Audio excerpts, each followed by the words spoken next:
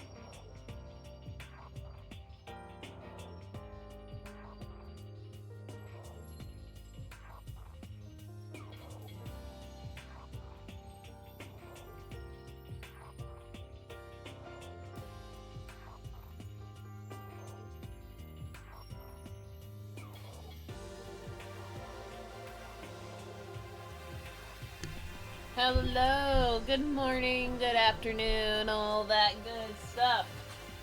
How is everyone today? I won't have quite as much energy as I did yesterday. Oops. Stop.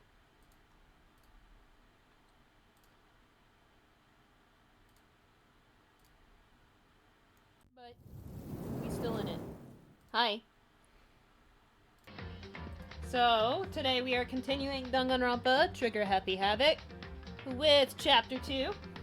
Last we left off, we met all the characters. We met Monokuma and the rules of Hope's Peak Academy. And we had our first case. The death of Sayaka was caused by Leon Kuwata. And then Leon was pelted with 1,000 baseballs at Mach speed. It was brutal. But it really does set an example for these games, like how they do the first executions. So, we're moving on with Chapter 2. Chapter 1, I forgot to... The prologue in Chapter 1, I forgot to export it to YouTube. And plus I have to edit it to where it cuts out the art section, but it's fine. So let's get into it. I know I'm early this time. It's fine.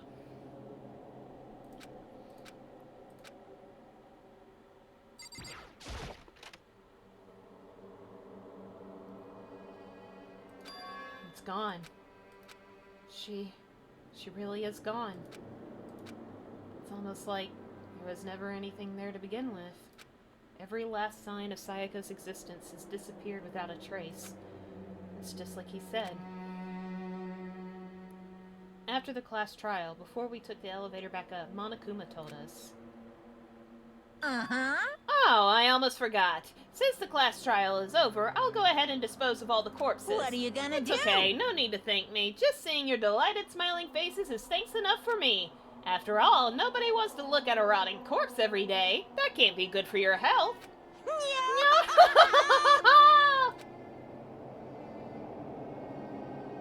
I didn't even have time to mourn Sayaka and Junko's deaths.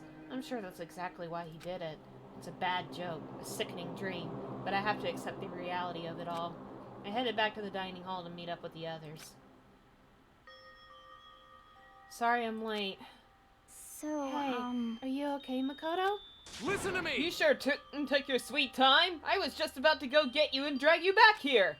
Sorry. So, what happened? Was your room fixed up like he said? I imagine it would be pretty hard to sleep with a rotting corpse in your bathroom. Hey, come on. Jesus, that's fucked up, man. Why would you say something like that? My room was spotless. There wasn't anything left. Like the whole thing never happened. I see. It must be tough staying there, knowing what happened. Why don't you just stay in Sayaka's room? Well, staying there, with her scent still hanging in the air, that would hurt just as much. Plus, I've decided that I can't turn away from her death. Makoto. Hey, cheer up. Getting depressed isn't gonna help anything, right? If we all work together, I'm sure we'll find a way out of here. you got it! So everyone just try and cheer up and get back on track. Is that honestly supposed to make us feel better? Huh? We were already working together, and yet someone was still murdered. Anyone could betray us at this point. Now that it's happened once, it's a question of when, not if, the next one takes place. Yeah, because Sayaka made the first move. Well... But if we work together against the mastermind, nobody will have any reason to do something like that. Stop talking. Keep telling yourself that. I'll be over here in the real world. Working together, fighting a common enemy, like it or not, it's not that simple. What do you mean? Are you okay The with this? mastermind seems to be much more powerful than we ever suspected. They took over Hope's Peak, which is supposed to be well defended, then modified it to fit their desire. They created Monokuma, which seems to be incredibly advanced, and they're providing for our every need. And the cherry on top is the execution we witnessed. Honestly. Everything has been planned down to the last excruciating detail. This is not the work of your everyday psychopath. Defying them may be too great of a risk. So then... Then what are we supposed to do? Anyone who truly does want to escape will just have to follow the rules. In which case, the only option is to deceive those around you and win the game. No. No. What? No what? I don't can't want to take live it. if it means killing someone else to do it. I don't want to kill anyone else. Huh? Anyone else? What do you mean? It's because... Leon died because we all voted for him, right? It's no different from us killing him ourselves. But... But So, if we hadn't voted for him, then we all would have died instead, right?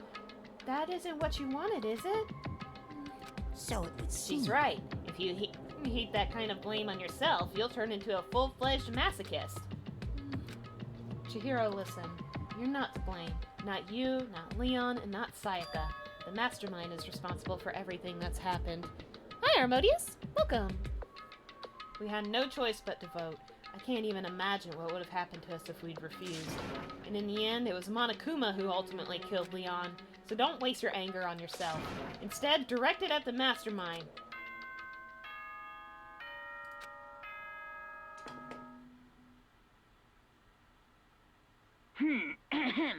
This is a school announcement. It is now 10 p.m. As such, it is officially nighttime. Soon the doors to the dining hall will be locked, and entry at that point is strictly prohibited. Oh, and one other thing. It was totally obvious before that you were trying to make yourselves feel better and justify what you did. See you, don't see you, see you.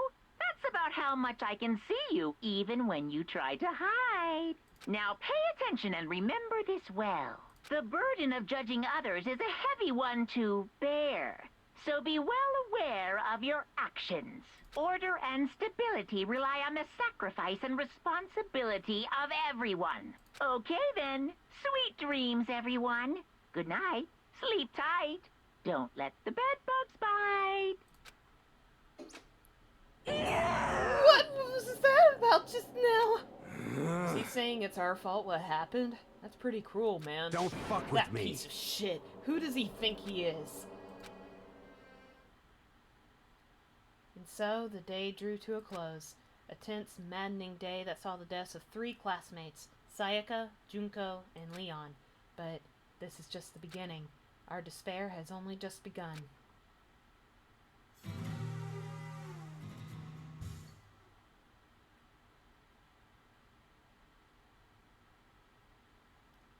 I woke up the next day to Monokuma's normal morning announcement. Then he called us all to the gym.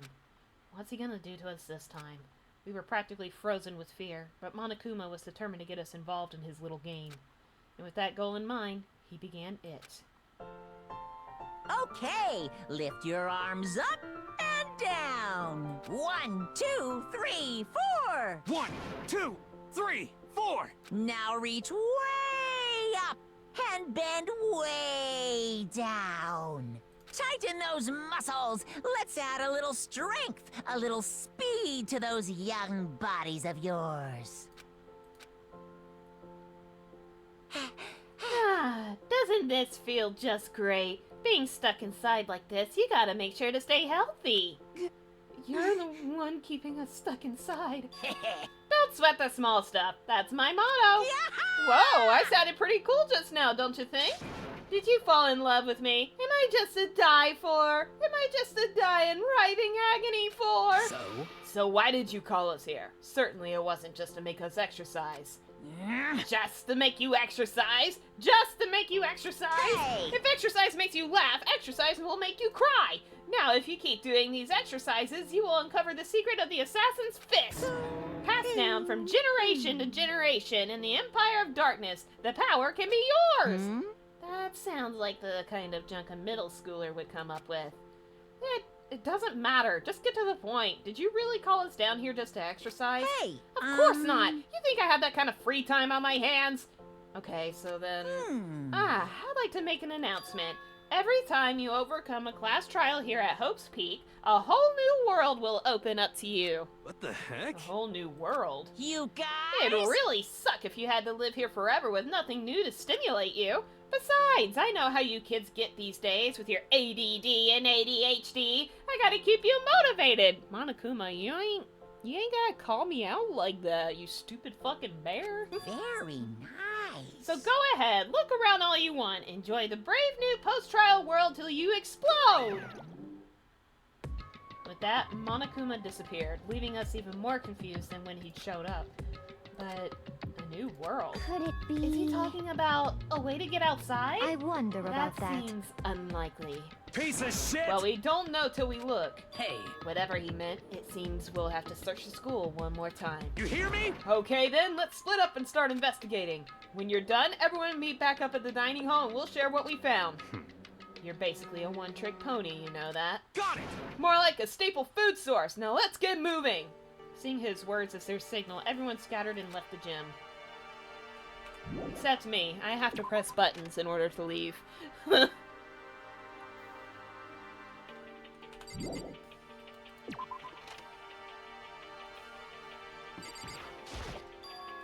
The gate that was blocking the stairs has been opened. Is this what Monokuma meant by a new world? If so, what's up there? This is the second floor of the school. Maybe there's some kind of clue here. Yeah, I'm sure of it. There's gotta be something here. Oh.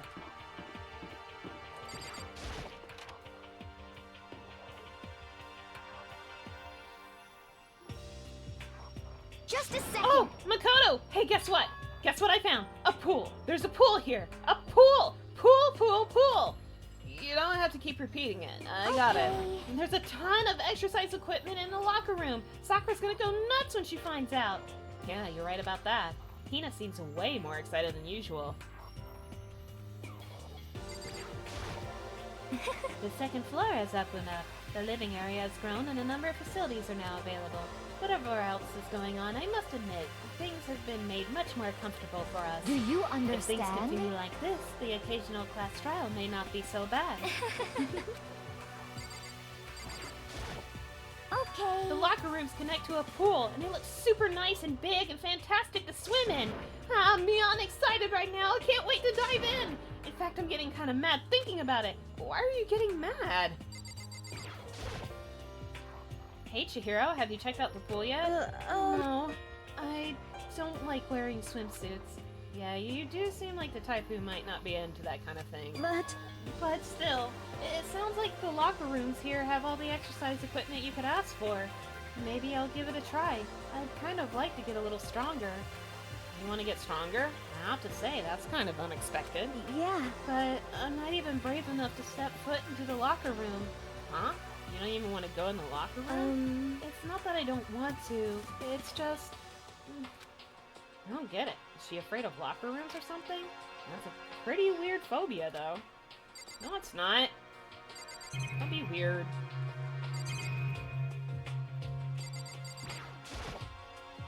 Behind this door is the locker room. This is the girls' locker This room. is fine. A true gentleman will respect our space, yes? Well, I'm gonna go in. I'm just looking. Leave me alone. Is this some kind of card reader? I wonder what it's for.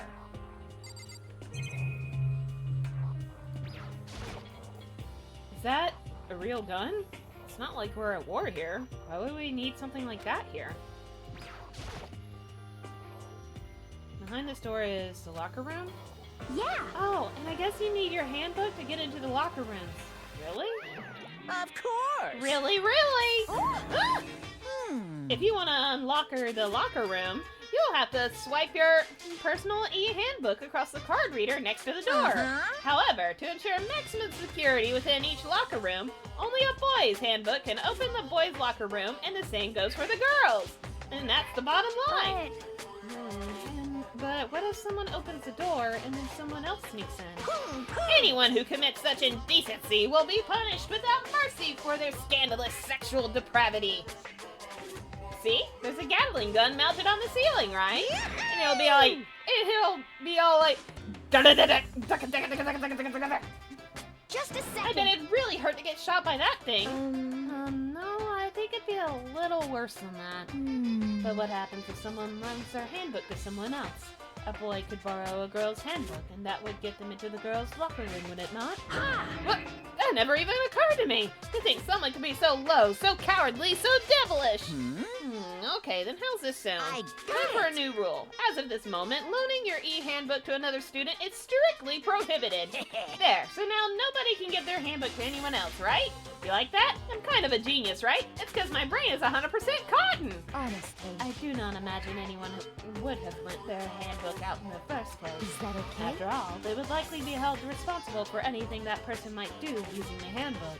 So, But you know, you seem awfully concerned with all this locker room security stuff. Of course. It's because all you teenagers are sex-crazed maniacs. You're at that age you try humping a plastic bottle. So to keep anything unseemly from happening, I have to maintain a rigorous watch.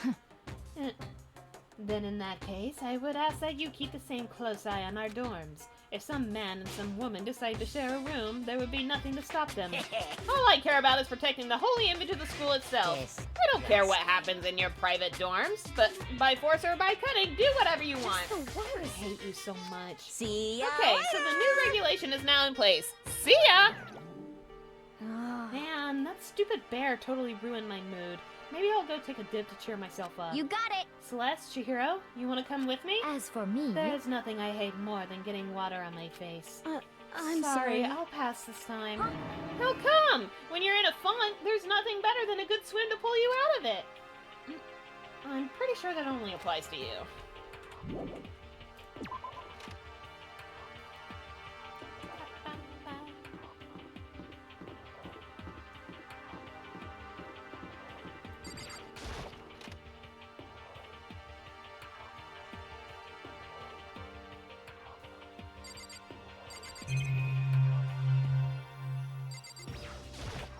Whew, it's remarkably dusty in here, and the lighting is less than ideal. For a library, it's not the kind of place I'd want to do much reading in. Hi, Zoosh! Hello! I'm absolutely shocked! How come? Damnation. They have all these books here and not one copy of any of my work! Well, yeah. Why would they have comics in a library? Plus, most fanfic is just porn drawn by a bunch of amateurs. You just don't get it. Not at all. I do get it. And with a face like yours, anyone can tell nothing you do is worthwhile. Say whatever you want about me, but never judge a book by its author. You know Now nothing. hear this. Appearances mean nothing at all. What you see before you is nothing more than the rind that contains the meaty pulp of my genius. Please say anything else. Here we go. My creations are what determine my meaning and value. You're so full of it. I'm used to being misunderstood. You think weak attacks like yours will drop my HP? Those two really worry me. But still, this library is most interesting. Huh? What's interesting about it? Stop talking. Oh, nothing. I was just thinking out loud. You must be pretty happy to have all these books around, huh, Toko? Not particularly. Nothing's really caught my attention so far. Indeed. There's a plethora of books, it's true, but the content seems lacking. You know Where's the nothing. comic books? Where's the young adult section? Comic books? Young adult? That stuff's a waste of time. I've seen what you write, Miss Fukawa. Talented as you are, your stuff isn't any more worthwhile. What the heck? My stories are filled with true love and pure feelings. Don't compare them to that garbage of yours. Your writing doesn't even mean anything. It's just a bunch of jumbled up letters. Someone should just burn it all. Oh, the lady doth protest too much, methinks. I bet you're secretly into boy-on-boy action. Shut up! Boy on boy. I don't care if it's anime or comics or fanfic or whatever. It's all just whoa! What? Zoosh!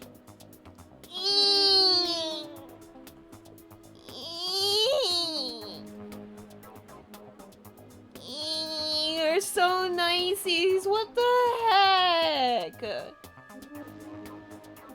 Thank you.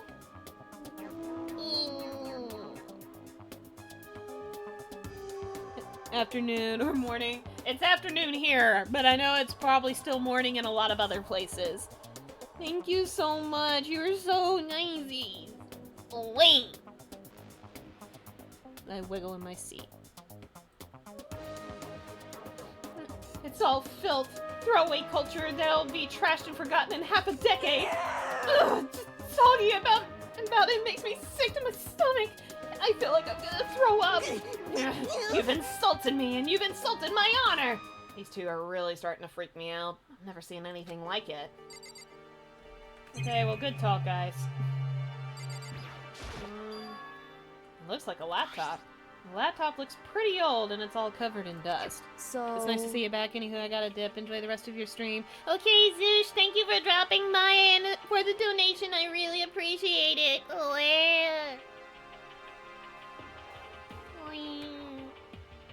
I cry. It's broken. I tried pressing the power button earlier, but nothing happened. It's broken, huh? Too bad. I was hoping I could use it to go online and see what's going on in the outside world. If it's broken, there's nothing I can really do about it. The shelf is covered in dust, and on the shelf is a letter. What's this? Hope's Peak Academy. Indeed. It was buried under a thick layer of dust. It must have been sitting there for quite a while. Well, shall we see what's inside? But we shouldn't read other people's mail without their permission. Is that right? What we shouldn't do is leave this here without finding out what's inside. Okay. I broke the seal on the dusty envelope and pulled out the single sheet of paper I found inside. I unfolded the paper and read what was written there. From the Hope's Peak Academy Executive Office. Throughout the years, we have been committed to shaping the youth who will one day shape the world. We have a long, proud history as an institution of higher learning with full governmental support. Our graduates enter society ready to take on active leadership roles in every major job field. However, Hope's Peak Academy must now lower the curtain on its glorious history for the time being. This decision was not an easy one to make, but serious issues beyond our control have made it necessary. But make no mistake, this is not the end for Hope's Peak Academy. We intend to reopen our doors as soon as the issues forcing our closure have been resolved. That being said, this is the end for now, and I would like to personally and sincerely thank everyone for your help and support over the years. For now, we are awaiting official governmental authorization to formally cease operations. What does this mean? The contents of this letter are quite interesting indeed. It would seem Hope's Peak had stopped functioning as a school, and judging by the amount of dust the letter had collected, it doesn't seem to have happened recently. If I had to guess, I'd say this letter could be at least a year old. So, you're saying Hope's Peak closed down at least a year ago? Most likely, the mastermind took over the abandoned school in order to put on this little performance. But that would mean it was closed when I got here just a few days ago. But I didn't get that sense at all. Plus, if the school had shut down, don't you think it would have been in all the newspapers and stuff? I mean, you're saying it could have happened over a year ago, right? But before I got here, I looked stuff up online about the school and never saw anything about this. So in other words... That must have all been part of the mastermind's plan. They lured us all in here.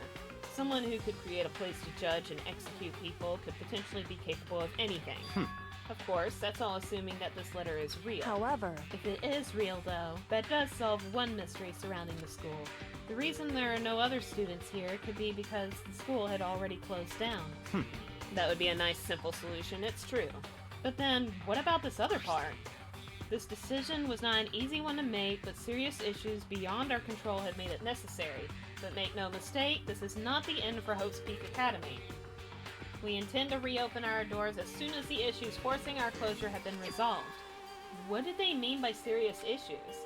That's apparently why this school had to close. Is there any connection between that and what's happening to us now? now, If the two events are in fact connected, uncovering that connection would be a useful clue, on top of figuring out the mastermind's motive. Although, I can't really say any more until we find more details. So in other words, only the mastermind knows the truth right now. The mastermind's motive. If we can figure out why they would want to imprison us all here, will that be enough to get us out of here? Or... Anyway, now I have a pretty good idea what's on the second floor. But I didn't see anything that might lead to any kind of exit or anything. All I can do now is hope someone else found something worthwhile. Okay, I'd better head back to the dining hall as soon as possible.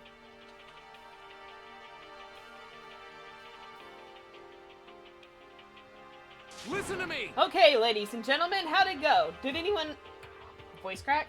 Did anyone discover any interesting new anything? Yes, indeed. There's a library Okay. and a pool, a freaking pool, and locker rooms filled with exercise equipment. There was not, however, anything resembling an exit route. Yeah, she's right. I see. Well, hey, there's no reason to get all sulky. Wait till you hear about my amazing discovery. Quiet down and The listen. warehouse and bathhouse on the first floor of the dorms are now open. You hear me? And the warehouse is chock full of food, clothes, whatever you want. There's so much, it's insane. Excuse me. So go ahead and stuff yourself to the gills whenever you feel like. Ha ha ha! Are you okay with Keep this? in mind, of course, that going out at nighttime is still prohibited. Please do not forget. Yo. Okay, and what about a fucking way out of here? You find anything like that? Oh, well, What? there wasn't anything in the What? warehouse we could use to get our asses out of here? Nothing? Unfortunately, no. Not that I saw. Hey, come You on. fucking people. What? Who gives a shit if we have a goddamn pool now, or a warehouse, or whatever the fuck? Stop fucking We're around. still trapped in this piece of shit school. We need to find a goddamn way out. Now, there is no point in taking your anger out on us. Adaptation is the key, yes? For now, we must each find a way to enjoy our current situation. You piece of... Whatever you say, you fucking loon. For now, let's just continue our investigation and let everyone know if you should discover something. So then, So, are we done for today? Yeah. Well, yeah, I guess so. The air seemed to suddenly grow heavy again. Was this the mastermind's plan? To give us hope? Just to turn around and betray that hope?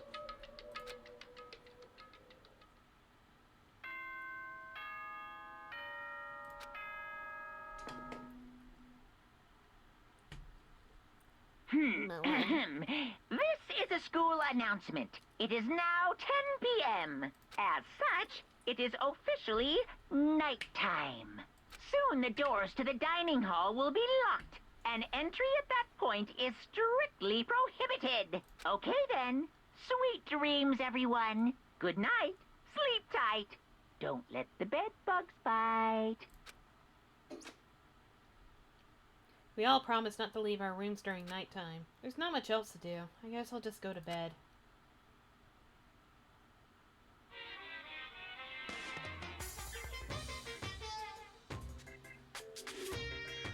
Mr. Monokuma, do you have a second? I don't really like myself. I don't have any kind of skill or hobby I can say I'm super good at. And my grades are totally average, too. My reflexes are okay. Not great, not awful. I could get into a decent college where I'd make a few friends. Maybe even find a normal girlfriend.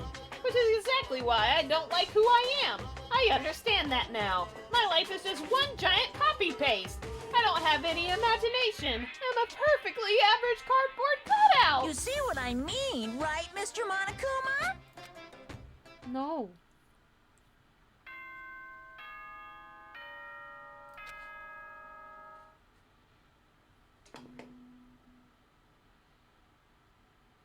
Good morning, everyone!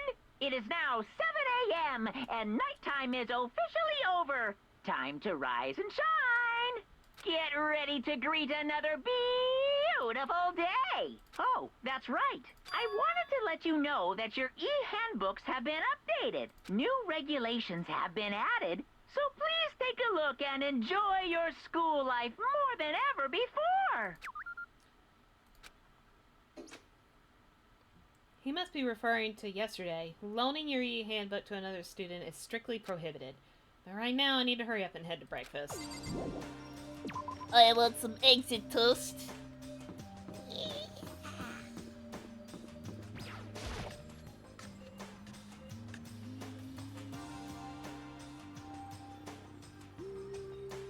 hey Makoto. Morning, Makoto! Good morning. Is everyone here already? Yo, yo, yo. Nope, still waiting on Byakuya and Taka. Byakuya's no surprise, but a strange Taka's not here yet. Knowing Taka, I imagine he is trying to get the king of tardiness up and out of bed. I'm sure they'll be here soon enough. Just be patient. Let's see. I don't mind waiting for them, but there is one problem. Which is, I am thirsty. Hey, come on. How the hell is that a problem? Hitsumi, would you make me some tea? Huh? Milk tea, if you please. Well, Why me? let's see. Your roundish figure reminds me of the owner of the coffee shop I used to frequent.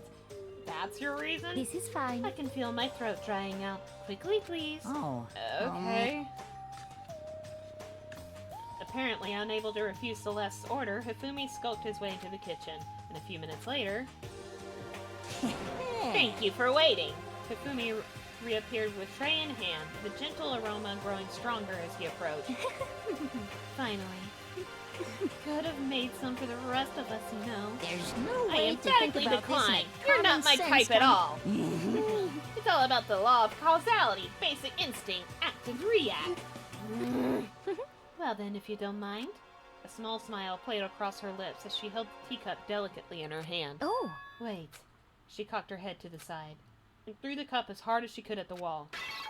What the? Hey, what are you doing, my little white rabbit? I hate this kind of tea. I don't understand. yes, Imagine indeed. we are at a coffee shop, just any normal everyday cafe. I sit down and I order some tea. They then ask me, would you like lemon or milk? Now further imagine that I replied, yes, I would like milk tea, please. In this case, along with my tea, they may bring me a small container of milk, yes? But this is not for me. I am among those who prefer the milk to be part of the process from the outset. The fragrance is just so overwhelmingly sweet that way. Adding milk or lemon right before you drink is like dousing your fries in ketchup, mere condiments. Whenever looking for a cafe, I first review their menu to see if it offers the proper style of milk tea. And I cannot acknowledge any milk tea that does not add the milk during the brewing process. If I had to describe our shared reaction to what we just heard, I'd have to go with wide-eyed bewilderment. I went to all that trouble to make you that tea, and you wanted me to go even further? Yes, I realize it can be a bit of a hassle. Even in cafes that offer proper milk tea, it is always more expensive than simple tea with milk. It takes more time to prepare, surely. But why even bother creating a menu if you are not going to offer the highest level of quality? Well, we don't actually have a menu. You little That does bitch. not matter! Hurry up and bring me what I asked for, swine! What? Okay, your little piggy will bring it right out! I do so love coercion. You were like a totally different person just now. Yeah, shit. You really went psycho there. I knew there was more to her when I first met her. I'd hate to have her as an enemy. Seriously, man, she's one scary chick. The dining hall doors flew open and one of the late arrivals came storming in. But... Bad news, everyone. There's a mystery afoot. Huh? Huh? What happened? It would seem Byakuya refuses to leave his room. I stood there pressing his doorbell over and over, but he never showed himself. Maybe he just wasn't there. I think maybe... I'd like to think so, but I'm worried something might have happened to him. What he meant by that, he didn't have to say anything else. Everyone understood exactly what that might mean.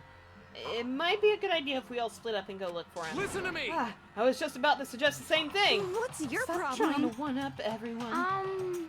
Okay then, I'll go check his room one more time. I'm just gonna keep on hammering that button until I get a response. Very well, then the rest of us can go check the rest of the building. Yeah, before it's, too late. Anyway, we have to just do our best to find Byakuya.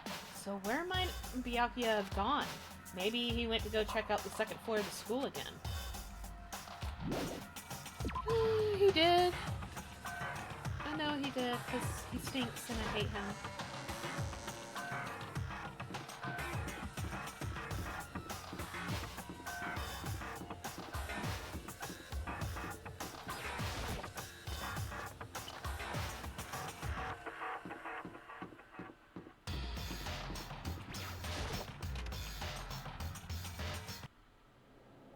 When I opened the door to the library and looked inside, I cried out in sudden surprise. Byakuya? Of all the things I'd imagined, this most definitely wasn't one of them. What are you doing? I'm fishing. What does it look like I'm doing? I'm trying to read, so if you could be quiet. Oh, sorry. Wait, no! What are you doing here? Everyone's super worried. We've all been looking for you. Who asked you to do that? Because we're all supposed to meet up in the morning God, and he eat together. sucks so we made bad. a promise. A promise? Can't I get a second's peace and quiet around here? Byakuya snapped his book shut and slowly stood up, smooth and silent as a shadow. Meanwhile, the others must have heard me yell and started showing up, one after another. You! Byakuya, so this is where you've been hiding! The heck are you doing here, man? We were very concerned. Well, you had no reason to be. I was just reading. I've never read such a coarse novel before, but it might just prove useful at some point. Well... What were you reading? A mystery novel. Well... Wait, so are you gonna use what you're learning in there to betray us? Don't be stupid. Yeah, it's just something to keep in mind. Yeah, what? Naturally. If I decide to fight, of course I'll come up with something original. Otherwise, this game of ours will be totally boring, right? It's not often you get to take part in such high-stakes, high-tension activity. So if you're gonna do it, you have to make sure it's entertaining. His words sent a chill down my spine. There was an undeniable smile on his face as he spoke. He looked like he was actually enjoying himself. Enjoying this deranged killing game. What Damn the fuck do you you. mean, game? That's fucked up! But it is a game. It's a game of life or death, which can only have only one winner. That's all there is to it. He is right. It's a zero-sum game. Huh? Are you okay Is with it- this? Hold on. Excuse me. It is a part of game theory, a mathematical model. In game theory, what we are going through now is called a zero-sum game. In this type of game, in order for one person to gain something, another must necessarily lose something. In other words, it is a situation in which participants must compete for position or resources. I see. You mean like a kind of elimination match? Actually, Entrance exams, sports tournaments, job openings. Most social interactions fall into this category. Everyone must scramble to obtain something which is limited. For you to succeed, someone else must fail. This also applies to the school life we have been subjected to here. In this case, is that okay? our limited resource is that only one of us can successfully become the Blackened. So in other So words... this game was designed from the beginning to force one of us to try and defeat all the others. That can't be what they had in mind. This is why adaptation is so crucial. If those who want to escape were to disappear, there would be no reason to continue playing the game. What? But why would I want to stop playing? It's so much fun. He smiled again as he spoke. The smile was filled with evil intent. It twisted his face into something not human. It sounds as if you do not acknowledge even the possibility that you may lose. Am I right? Naturally. Of course. You do not speak like the others. Exactly what I would expect from the Togami heir apparent. It's just normal arrogance, isn't it? just a You second. talk like that, but what if you end up dead? Not possible. I won't. It simply isn't possible. You son of Who a the fuck do bitch! you think you are? You know, I still just can't believe it. What? Believe what? That an uneducated, brain-dead, useless piece of garbage like you has survived this long. Piece of shit! I'm gonna fucking kill you! Don't make me repeat Like I myself. said, I won't die.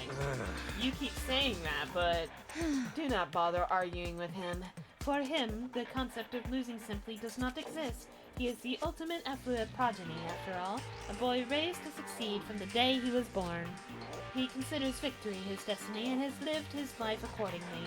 Tests and challenges are merely ways for him to stand victorious, even if it is a life and death situation. Is that not so, Byakuya?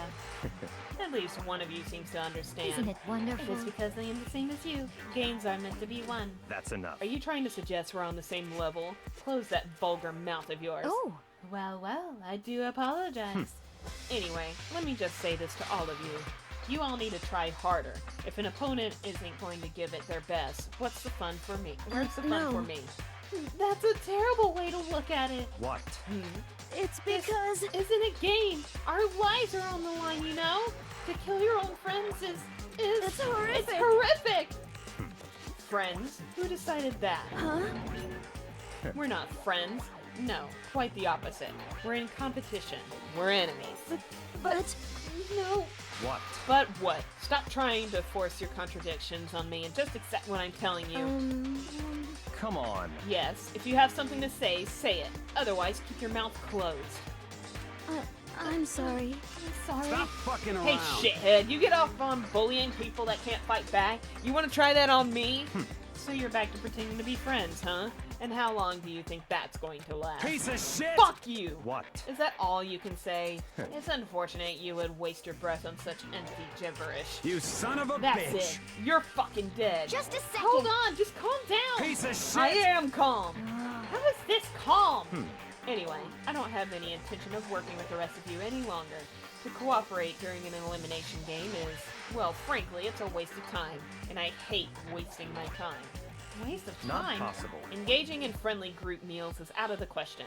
Someone could easily poison our food, and I'd rather not become part of the Last Supper just yet. Quit talking like you're in a fucking movie or something. Goodbye. All I'm saying is that, ultimately, you are all free to do whatever you want on your own. Goodbye. Without a second glance back, Byakuya left. There wasn't anything we could do to keep him from going. His way of thinking was just beyond anything the rest of us could even comprehend. But Was he serious about all that? He was, without a doubt. don't fuck Well, with me. fuck him then. But what he said, he might not necessarily be wrong. I mean, can you say for sure someone won't poison our food? Hey, come on, you too, Toko? Anyway, Well, it's not like anyone would care even if I was gone, right? Actually, I bet you all want me gone. You all think I'm disgusting. None of us think that. You just think you don't think that. I know some people like to play the victim, but this is just totally out there. You think I don't know, but I do. You want me gone. And I'm sure the rest of you want the same thing, don't you? Hey, Toko, wait! Just let her go. Once she gets going like that, there is nothing you can say to bring her back. Ultimately, our breakfast meeting came to an end without answering any questions. Everyone headed back to their rooms. Jeez, I'm tired already. But I don't have time to take even one day off. I need to get myself going. Okay, first...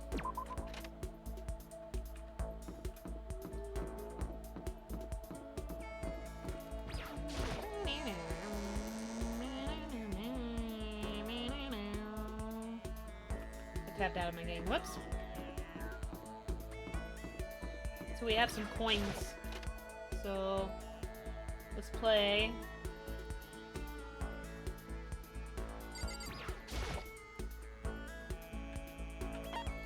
Play the mano mano. Alright, let's give it a shot. Oh, this way. It's weird. I don't even know what that is.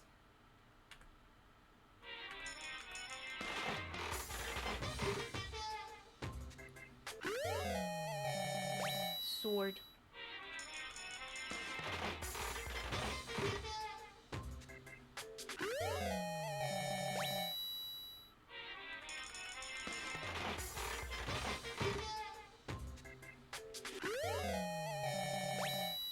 Whatever that is.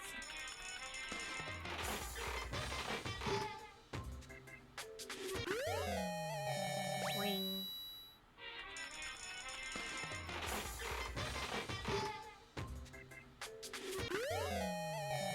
Scissors. Okay.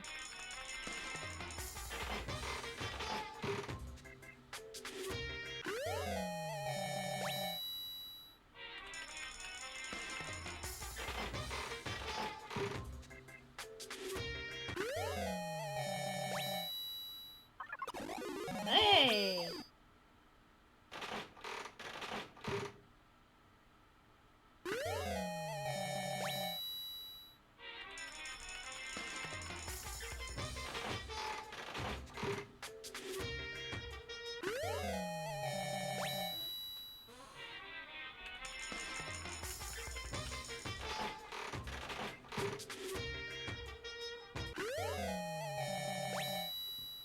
Excuse me.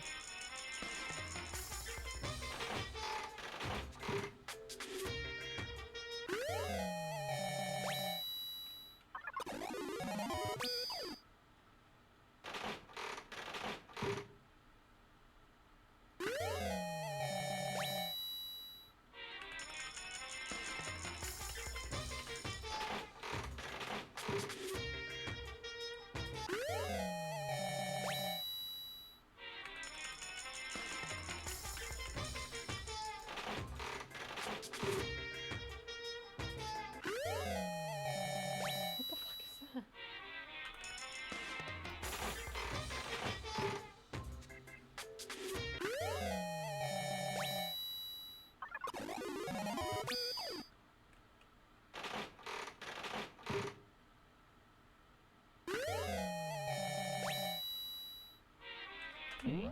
Oops. How do I... Okay. I should probably get going. Okay, let's get our presents.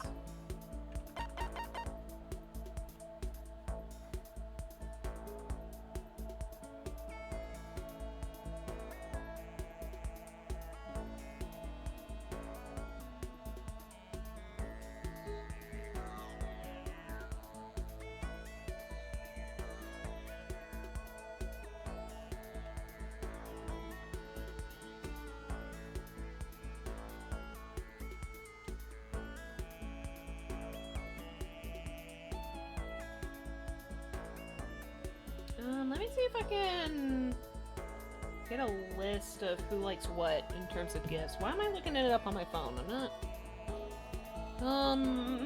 Danganronpa presents. Little muddle machine. Ah! Light mode!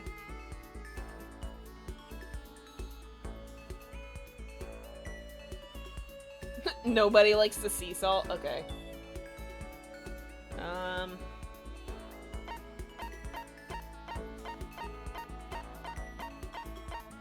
Love status ring.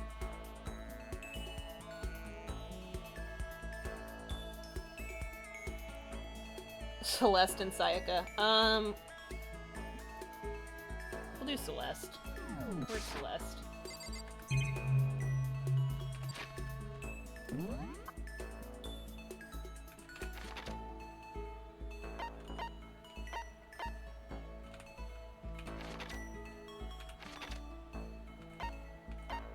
I know usually I would let chat pick, but I think we just vibing, so I think it says she's in the dining house.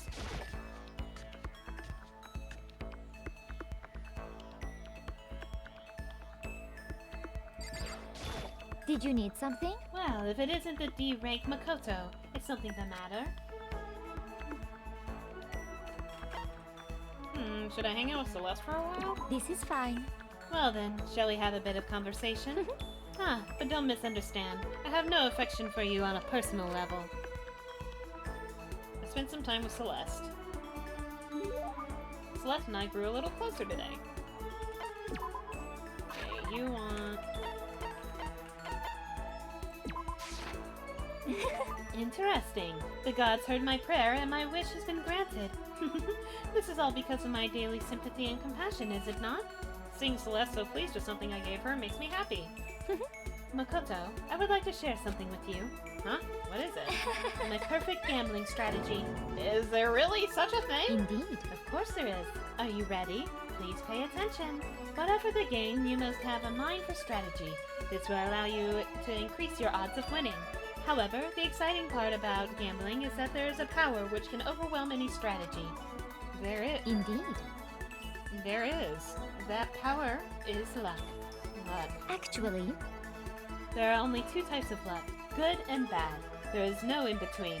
And that luck is built into every human at the moment of conception, like a computer program. is that okay? Some call it fate. The bottom line is, luck is life. Well, Do you see what I am saying? You mean that's your perfect strategy? Correct. You see, I am programmed to have good luck when it comes to gambling. This is why I have never lost. So that's all there is to it? You are the ultimate lucky student, yes? Does this perhaps exceed my own luck? One day, I hope to put that to the test. I hope you are well. Well then, have a nice day. Without another word, Celeste quietly disappeared. I'd say my life's been more bad luck than good lately. Gambling's probably not a great idea for me. Ow, I bit my tongue. After parting ways with Celeste, I went back to my room.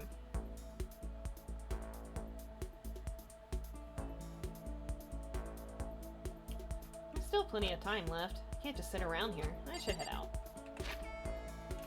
Let's see what else I got. Blueberry perfume.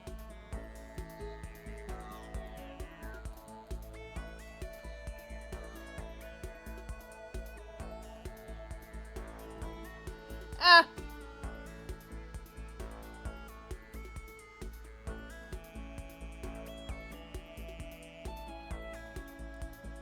Chihiro likes it?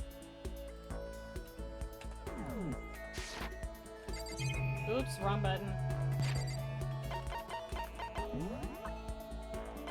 Where is Chihiro? Laundry?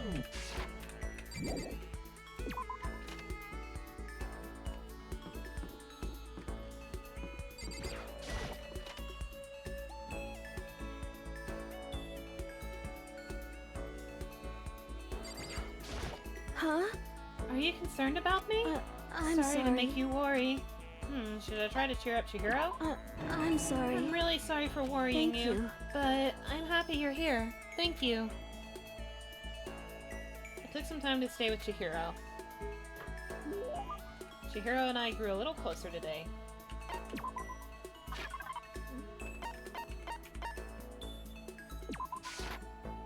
Yay! Oh, it's really amazing! I'll take really good care of it. I'll hold on to it forever. Seeing Chihiro so pleased with something I gave her makes me happy. Oh, but nothing happened. I guess... Oh well, it's fine.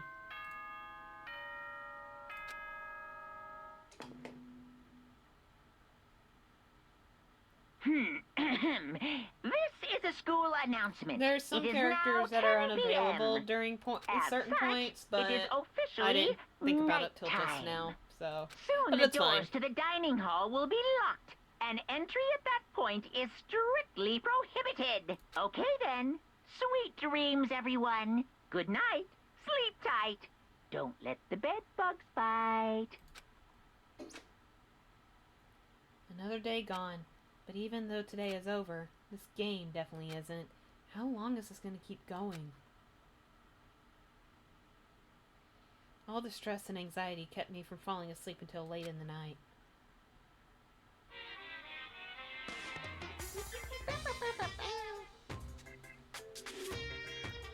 Whenever I spot a cute girl, I have a tendency to stare. I can't help it. I just gaze with intensity. The other day, I rode my bike to the train I was station. in the bathroom, just looking at myself in the mirror. Okay.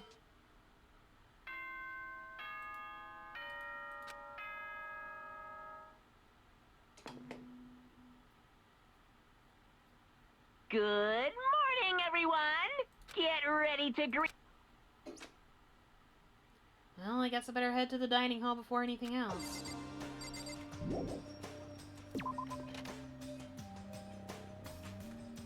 Meow.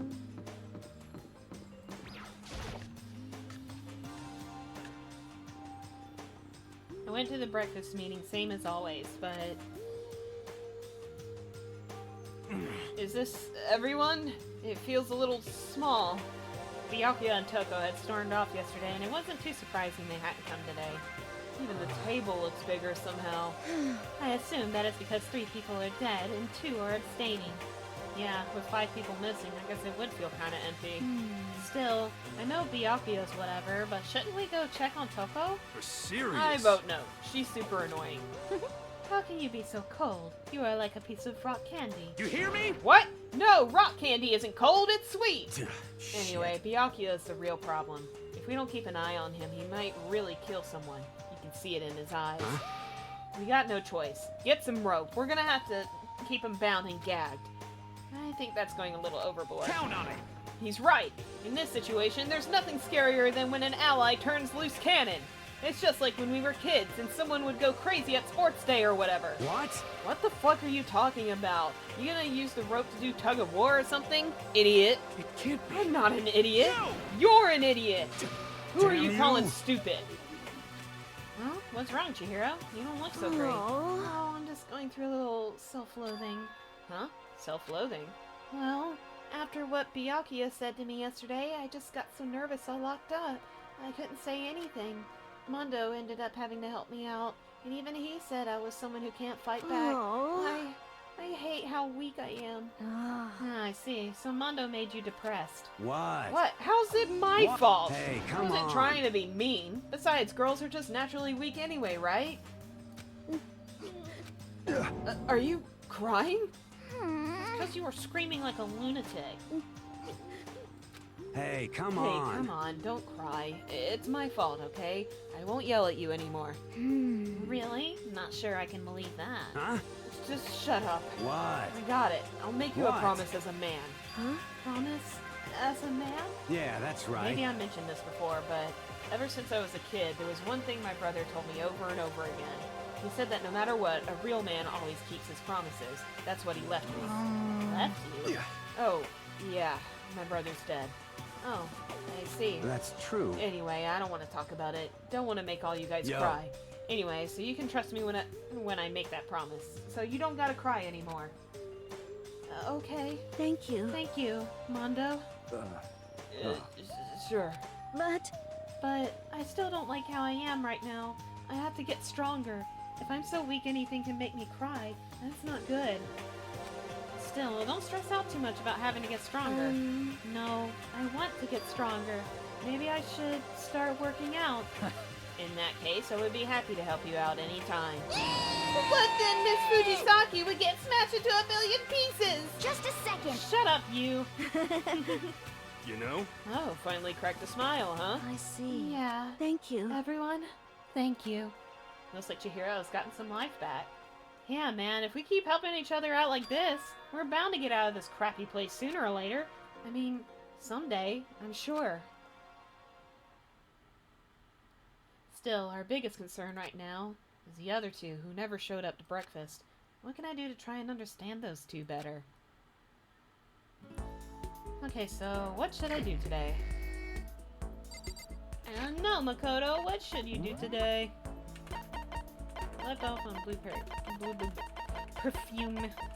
Jimmy Decay t-shirt. Okay. So let's find. Ah! Fucking light mode. Oh, Leon really likes it. That's unfortunate. We'll do Chihiro again. Well, no, we did Chihiro already. Let's do. Where'd he go? That's for Genocide Jet. Oops. That's what I get for reading out loud. Sorry. Let's go see Mondo. That's the wrong frickin' button.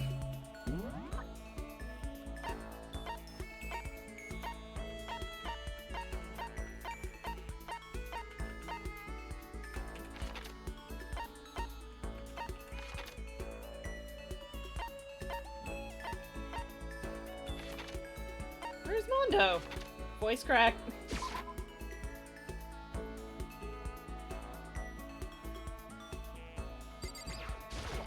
Jesus Christ. So bored. Bored! Should I hang out with Mondo for a while? Hell yeah. Hell yeah, I'm totally down to kill some time with you. Killed some time with Mondo. Mondo and I grew a little closer today.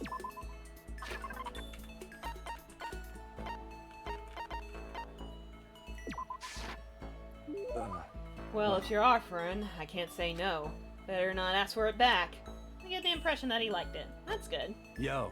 Hey, Makoto, what's your ride? Huh? My ride? What? Yeah, man, your hog, What? your chopper, your motorcycle. Oh, I don't ride anything. Huh? What? You're not a little kid anymore, right? And you still don't have a hog? Jesus God, Christ. you're such a fucking dweeb. Sorry? Yo. Alright, man, I'm gonna educate you. A real man rides Kawasaki, okay? Oh my god. That's what I ride. Hell of yeah. course. He looks like a Kawasaki, dude. You gotta see it, man. The V-Twins got that monster power. It's like you're dancing. Of course, it ain't for just anyone. You gotta have the skill to handle it.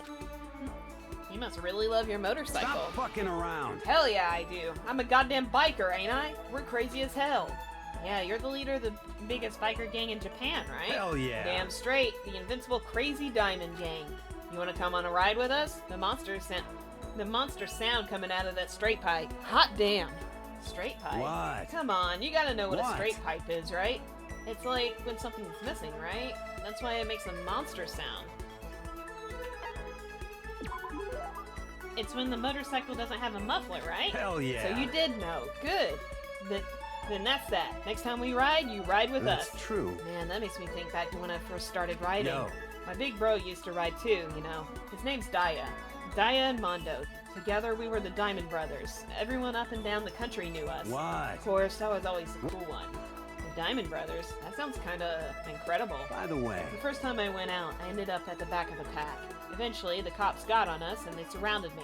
I was in some tough shit, man. hey, damn So I it. pulled over, but when they came up to me, well, let's just say it was a massacre.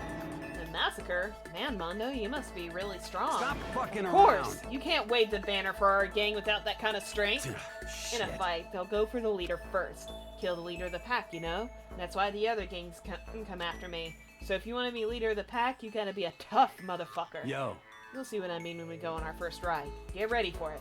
Actually, maybe it's better if I don't get involved in that kind of thing. And like I said, I don't have a motorcycle. I don't even know how to drive one. hell yeah. Then you can ride with me. Riding with Mondo, but other gangs target him first, right? No way. Hell yeah. Hey, I say get ready for it. Damn, I am pumped. I can't wait to get out of here now. Mondo left, apparently in a pretty good mood. Crap, this is really bad. Even if I get out of here, I might still be in real trouble.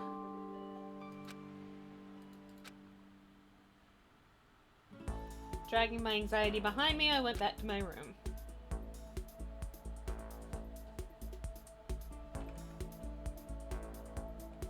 There's still time left in the day. I don't feel like just sitting here. Maybe I'll go explore. Let's see.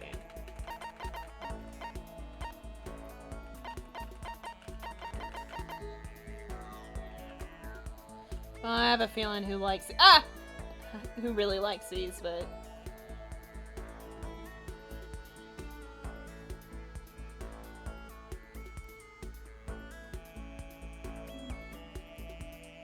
oh. Apparently no one. Neat. Okay. Next. Santaxican.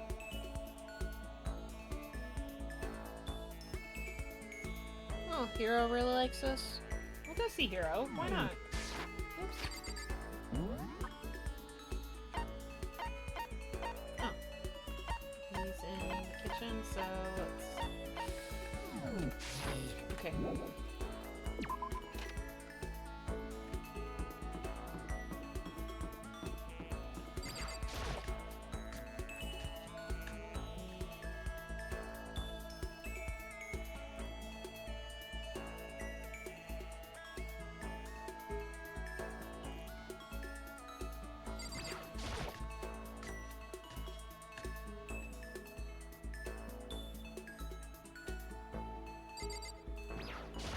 Huh? Oh, Well, hey, well, Makoto. Makoto, what's going on? Should I hang out with Hero for a while? Well, You want to go grab a bite to eat in the dining hall? I'll teach you where all the best power spots are. Hero taught me about all the best power spots.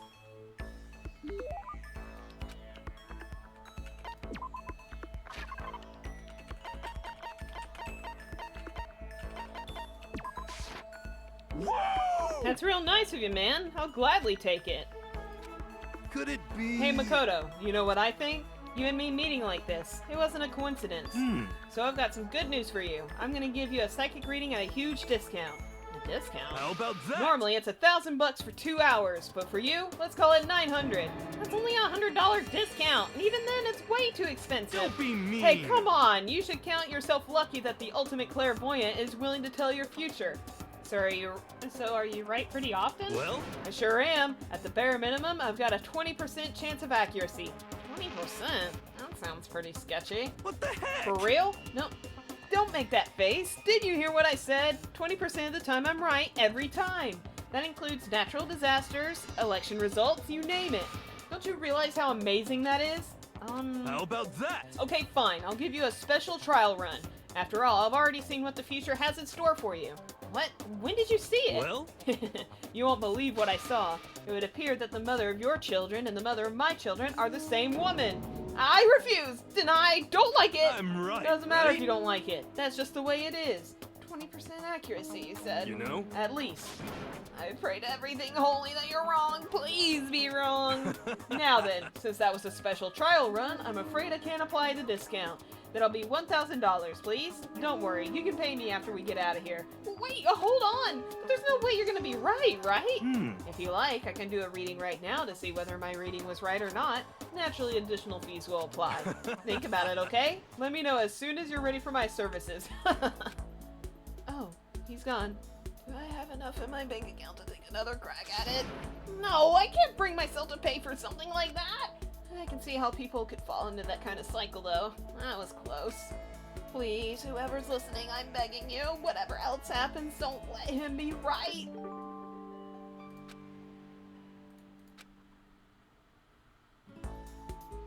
Once we were all done, I headed back to my room for a little while.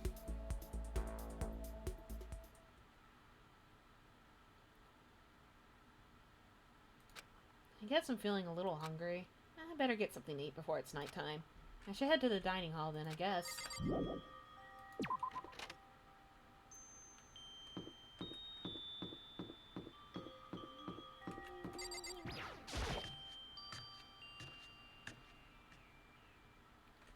I just wanted to get something to eat, and now I'm about to get roped into something like this. Actually, no, I guess I'm already roped in. Listen to me! Hey, Makoto, perfect timing! Huh? What's going on? Hey, damn it. I have a favor to ask. A favor? I have a bad feeling about this. Hey, damn it. Come on, Makoto, you gotta be our witness. Witness to what? What?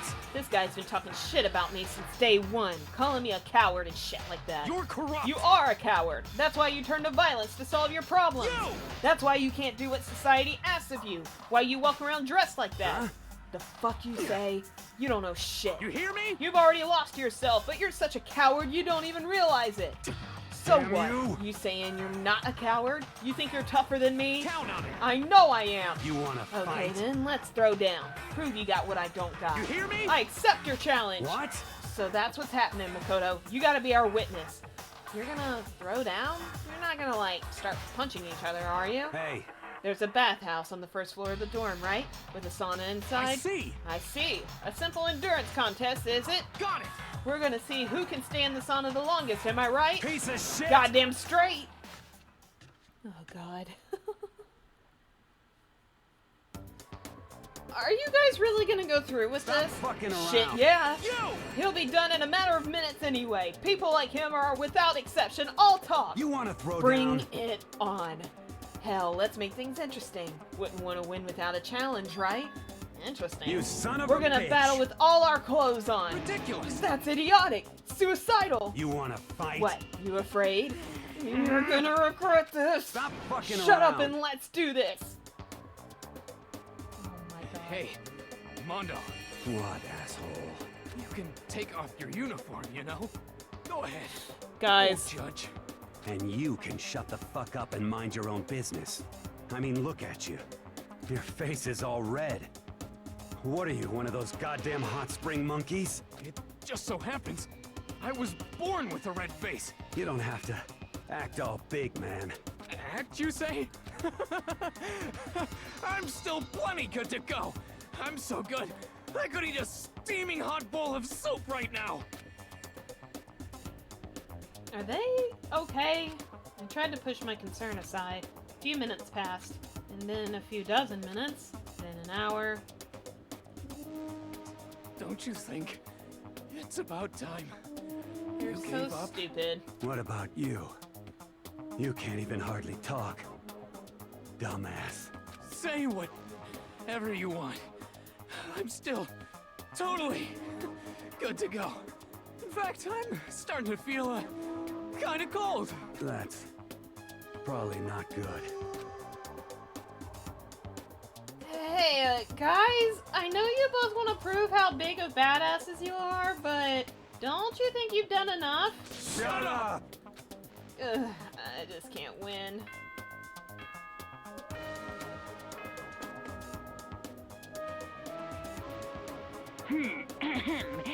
As such, soon the doors to the dining hall. Okay then. Sweet dreams. Hey, did you hear that? It's nighttime. How about we call it a tie?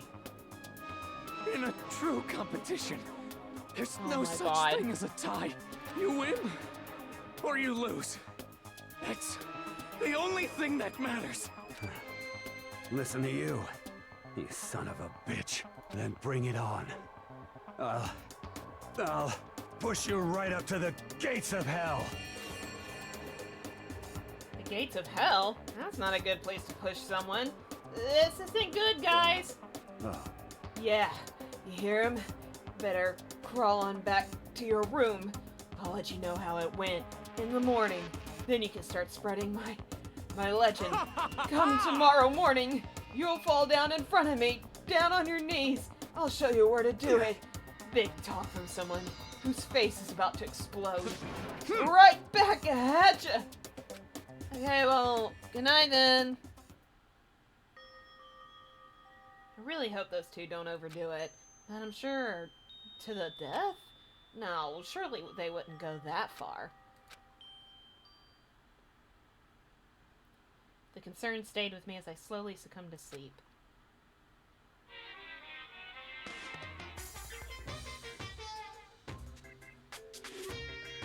If fate does exist, does that mean your future is decided the moment you're born? If all your yesterdays pile up to create your tomorrow, is your future as final as your past? I just don't know! That's why I'm still alive! Because I don't know! That's why I desperately cling to life!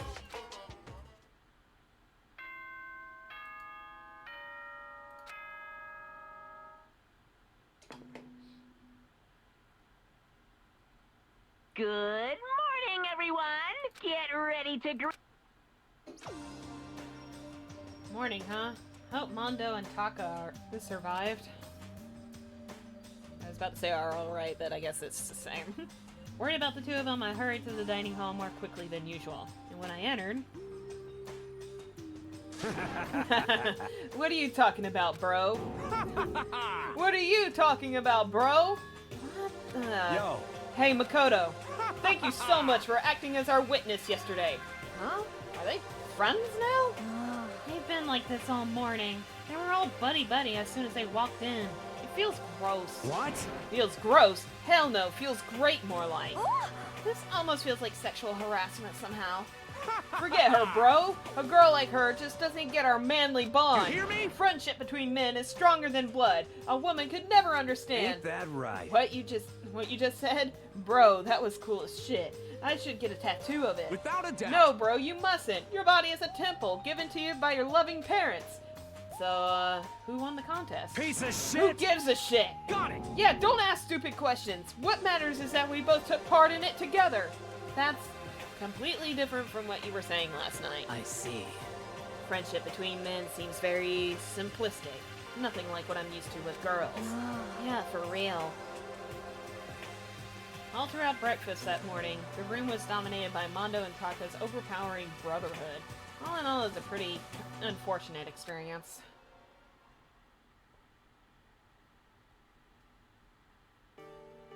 So what should I do today? Who could that be? Wondering who had come to visit, I opened the door and someone forced their way in. Oh no. Toko? What's the matter? What's your Why are you problem? so surprised? Am I really that annoying? Well, I already know I'm annoying. I came here knowing that, so it makes it okay. No, you're not annoying. I just wondered what was going on. I have a favor to ask. I want you to go somewhere with me. And where is it you want to go? Well, the library. Huh? Are you looking for a book or something? Why don't you just ask Byakuya? He spends all his time in the library anyway. Did I say something wrong? You're not a blabbermouth, right? This has to be a secret. I honestly have no idea what you're talking about, but if you want me to be quiet, I'll be quiet. Then let's go to the library. Okay, I got it. The library. Jeez, why so pushy? Quiet. Be quiet when you go in. Don't let him see you. She actually was starting to get annoying, but I did what she said and gently crept into the library.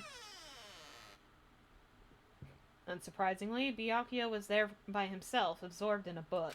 he's here. He's really here. Okay, Makoto, go talk to him. What? Stop being so loud. Just hurry. hurry up and go talk to him. You go talk to him if you want to so bad. I can't. I don't want to interrupt him. Oh my god. That's kind of crazy.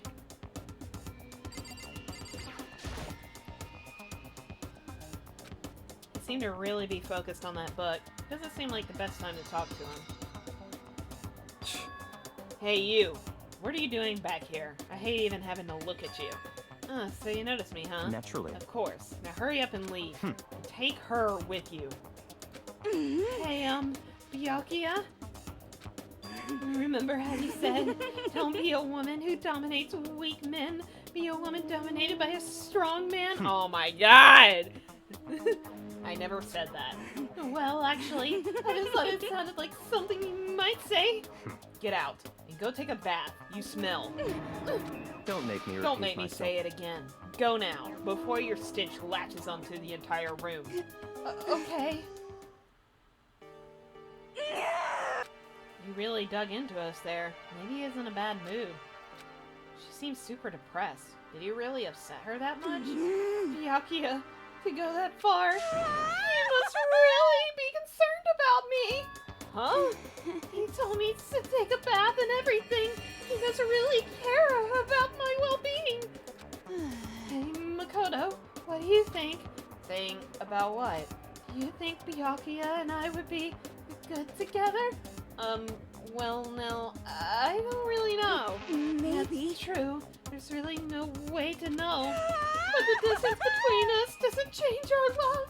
Because as soon as you realize your feelings, the love is born. That's how love works. Okay. There might come a day when you understand. Maybe.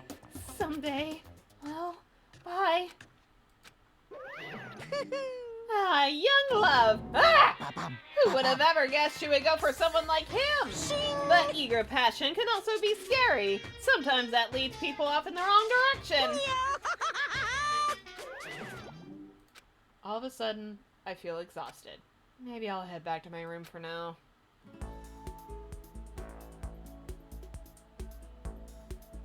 There's still some time left in the day. What to do?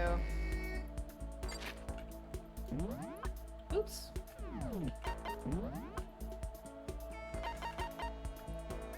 There we go, my wrist.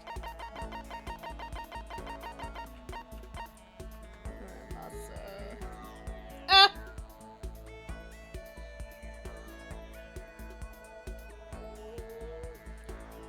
Do Mondo again.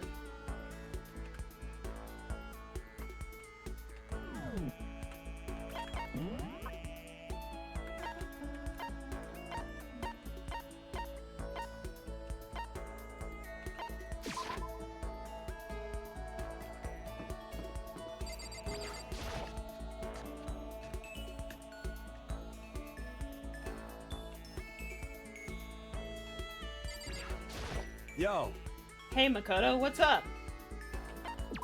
that's true. You're kind of weird, you know that? You ain't afraid of me, all wanting to hang out. Well, whatever. You want to go get something to drink? Mondo and I went to the dining hall and had some tea.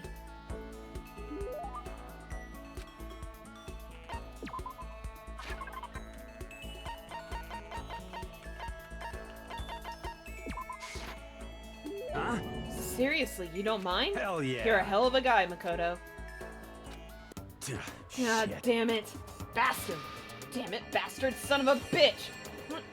What's wrong? Why are you so mad? What? Why am I mad? Why am I mad? Can't you see why I'm mad? I need to get out of here. I need to get out and run wild. So Shit. pissed off right now. Shit. I know how you feel, but just don't do anything crazy, okay? What? Hey, how about we What? have a one-on-one? One-on-one? Yo. Relax. It's just a bare-knuckle brawl. No weapons. What do you say? What? What? Didn't you hear me? A bare-knuckle brawl. Bare-knuckle brawl. I better come up with something best. When he says a bare-knuckle brawl, I think he must mean a hand-to-hand fight? Huh? Hell yeah, hand-to-hand, knuckle-to-knuckle. Well, hold on, friends can't fight each other. What? But that's the only way I can What? burn off all this energy. But, I mean, I've never even been in a fight before. Oh, I know. Why don't you go ask Sakura? Huh? What? I mean, you can spar with her, right? You don't have to actually fight, but just train. Damn Don't be you. a fucking idiot. I can't hit a girl. And she's a girl, right? I'd ruin my honor. My mom would kill me. Piece of I'm shit! serious. I can't hit girls. It's not like I'm scared of her or anything, you bastard. Okay, you don't have to shout. Damn Shouting's you. in my blood, asshole. When I get stressed out, I yell. Shit. Sounds like he must be really stressed out. Don't fuck with me. It's just a nervous habit. What's the big deal? Other than the fact that it makes it hard to ask girls out, I get all nervous and I start yelling, so I always get rejected. And thanks to that, I'm on a 10-game losing streak right now. It really sucks. 10 games? That's pretty bad. Yeah. No, shit.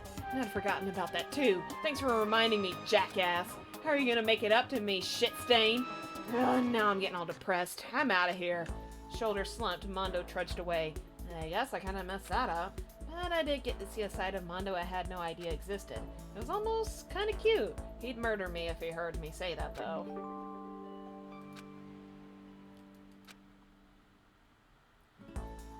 After we were done, I decided to head back to my room for a while.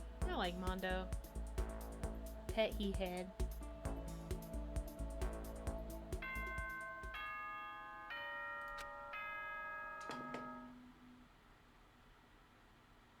Ahem. School announcement. Nighttime is quickly approaching, but before it arrives, all students, please gather in the gym immediately. Emergency! Emergency! Gather in the gym? Why now all of a sudden? I really don't like the sound of this. I have a terrible feeling.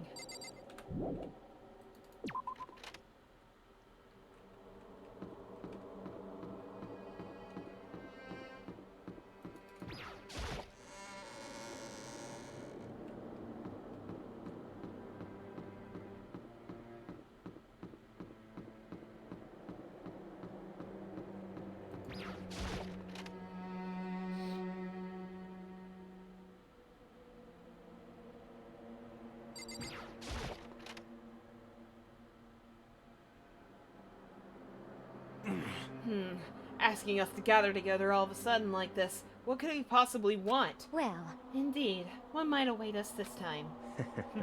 He keeps things interesting, that's for certain. How is that funny? Can't you smile like a normal person once in a while? Like how the housewife on a classic TV show smiles at the end of an episode. what the heck? There's something totally messed up with you if you can laugh at a time like this.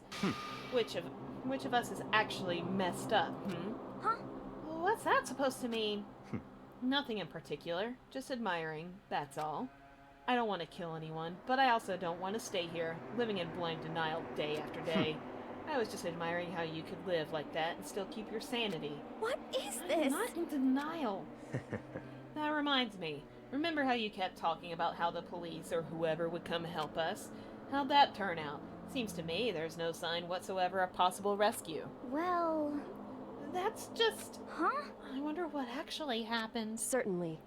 It's strange, that's true. There's no way the police wouldn't know about it. We're right in the middle of a major urban area. What? The police suck! Hmm.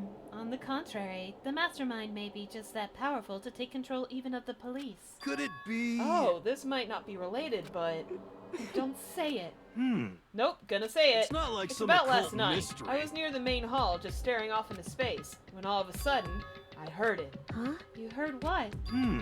A sound that I don't really know what it was. What kind of sound? Hmm. Well, like I said, I don't really know. But if I had to describe it, Could it be? was like a construction site, I guess? Construction You're site? serious. I mean, I could just be making that up. I only just barely heard anything. Then you definitely made it up. Must have just been the sound of the ocean in that head of yours. Say what? What you talking about, Toko? I had to remember who it was again.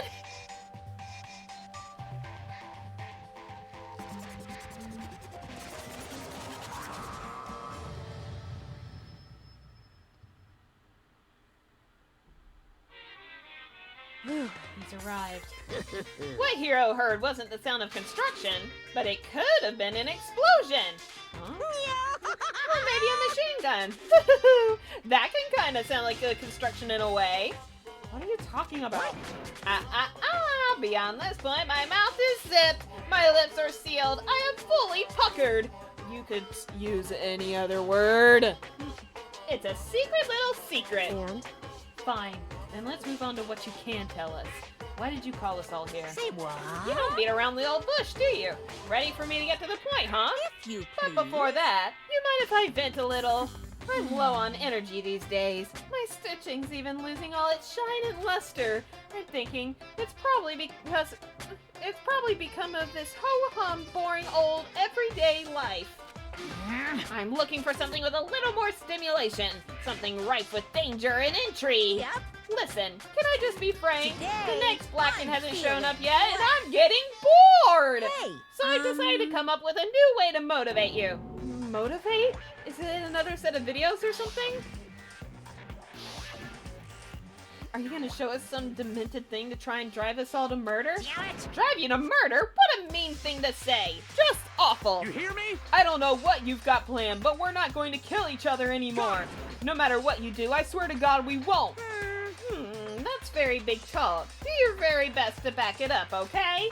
Now then, with your permission, let me begin. So this time it's embarrassing memories and secrets. As long as you're alive, it's a given that there's things you don't want other people to know about you. So I did a little investigating of my own and I dug up some of your darkest secrets.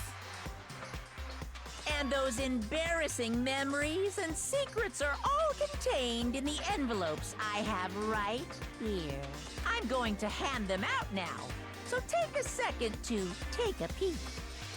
As Monokuma spoke, he tossed the envelopes at our feet. I quickly snatched the envelope with my name written on it. I nervously pulled out what was written inside, and my entire body suddenly went rigid. Makoto wet the bed until he was in 5th grade. Oh, whatever, dude! That's such a want. I know it's embarrassing, but... What? How? How'd you find out about this? Everyone started talking at once. You have 24 hours. If someone doesn't become blackened by then, all your deepest, darkest, most embarrassingest secrets will be exposed to the world. Maybe I'll roll by a crowded intersection in a van strapped with loudspeakers and spill the beans. Yeah! Wouldn't that be so embarrassing? So that's what you meant by motivate? Yep, you got it. They're all pretty unpleasant, trust me. None of you want me to reveal that stuff, right? It's definitely something I'd rather people not know, but we never kill over something like that. What? What'd you say? Count on it. He's right. Your plan is doomed to fail. No one's gonna murder someone for this kind of thing. This is Oh kind of... no! Is it because, for better or worse, your memory is still a way to connect to the outside world? I have stuff I wouldn't want anyone to know no matter what, so I assumed you'd all be the same. Which is why I put so much effort into preparing this next motive. Man, you're saying you really won't kill each other over this stuff? That just sucks. Well, what can you do? Okay, then in 24 hours I'll expose all your secrets just to make myself feel a little better. Okay. So sad, so depressed. Fair enough, well. With an almost convincing look of depressed dejection on his face, Monokuma receded into the gym's depths. So, I didn't know what to expect at first, but maybe we dodged a bullet on this one. I mean, yeah, having those secrets revealed is going to be totally embarrassing. But that's seriously not enough to give someone a reason to kill, right? Listen to me. Good news, everyone. I have a brilliant You idea. hear me? Why don't we all just confess the secrets in those envelopes right here and now? Without a doubt. If we do that, any and all motive for murder will vanish. That's pretty smart, right? Quiet down Okay, and listen. so my embarrassing thing is, I don't want to hear your stupid story. What? Besides, I don't want to talk about it. I don't care what anyone says. I don't want to talk about mine. as for me, Neither do I. Not because it is unpleasant, but because it is impossible. Oh? Well, it's just human nature to want to hear it when you say it's impossible. Come on, it'll be good for you. Absolutely not. Come It's on. okay. Come Just a on. little bit. Come on, come on, come on. honestly. As I said, Here we come go. on, come on, come on, come on, come on. Hey! I said I don't want to talk about it, you human bag of lard. Say Yeah! I agree with them. There's no need to discuss it. What do you think, Chihiro? I'm sorry, Sorry. I don't really want to talk about it right now. but I also don't want to leave things the way they are. So maybe I can talk about it later.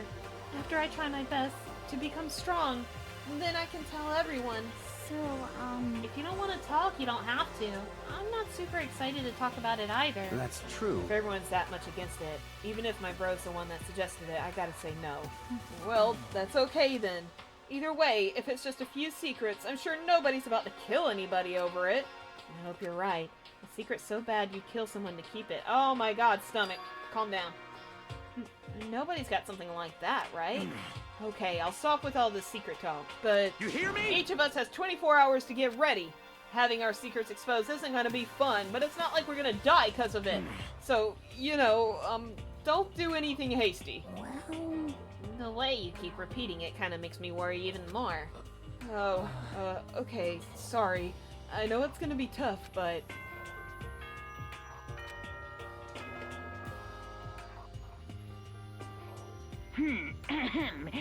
As such, soon the doors to the dining hall. Okay then.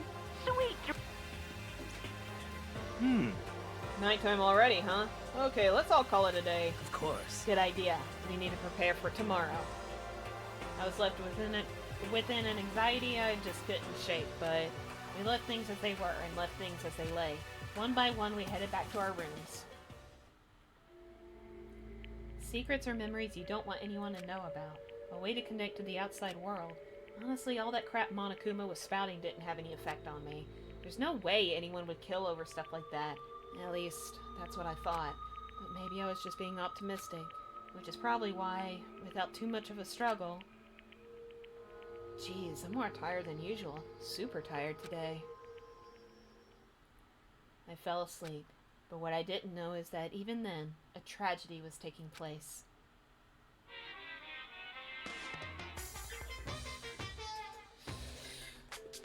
Why do I have so many things?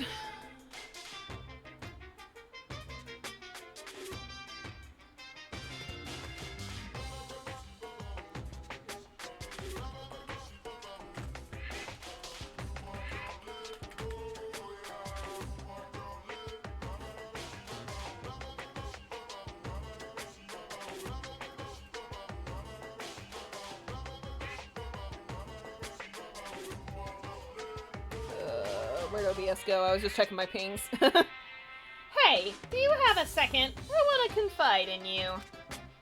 It's about the prevailing world attitude right now. The difference between passive and active, I mean. Stomach, settle down! For example, it's the difference between, like, oops, I killed him, and yeah, that's right, I killed him. Amazingly, there are tons of people who don't understand the difference. Can you believe it?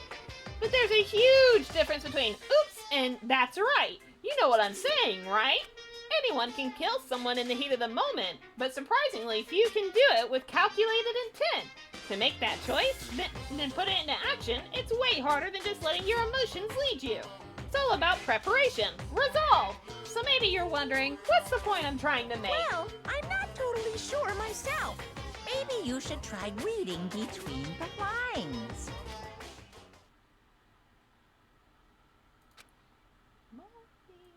Good morning. Good morning! Ah! Nice reaction. I'm glad to see you didn't disappoint. What are you doing here? Yep. I wanted to spice things up, so instead of a school announcement, I decided to wake you up in person. What the hell for? Because it's fun. And as long as I'm here, I figured I'd let you hear it straight from the bear's mouth. Hear what? Are you sure you should be acting this laid back? I mean, even though something happened to one of your buddy classmates. What? Say what? What? Your face is all blue, like someone on the verge of death. What happened? What are you talking about? That's for me to know and you to find out. Good luck. Something's happened to someone. Was it? No, it can't be. There's no way someone would. But what if? No, what ifs are pointless, especially now when... Dining hall. I need to get to the dining hall.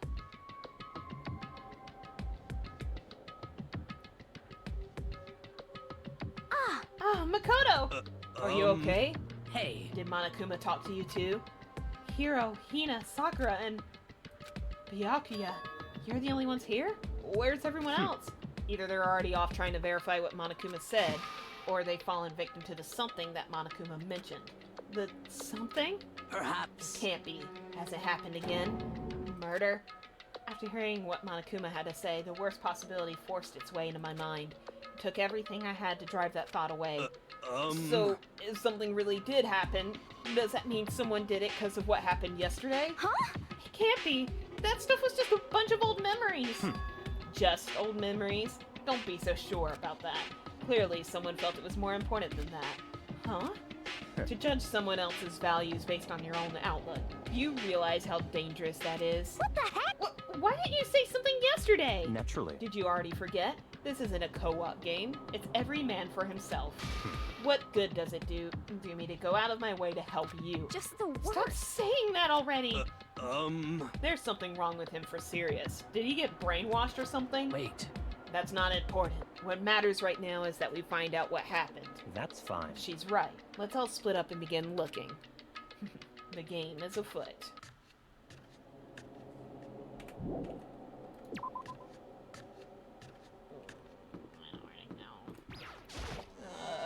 Let me close up that.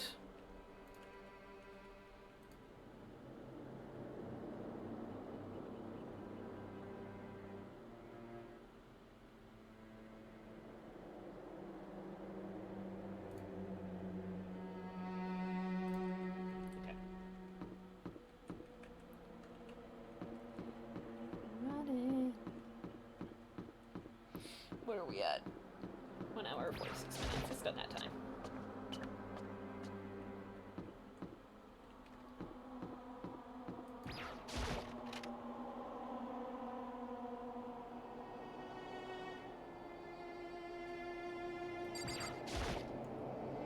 The door to the girls' locker room. I have no way of unlocking it, so I couldn't go in if I wanted to. Huh? The door's open, but aren't these supposed to be locked?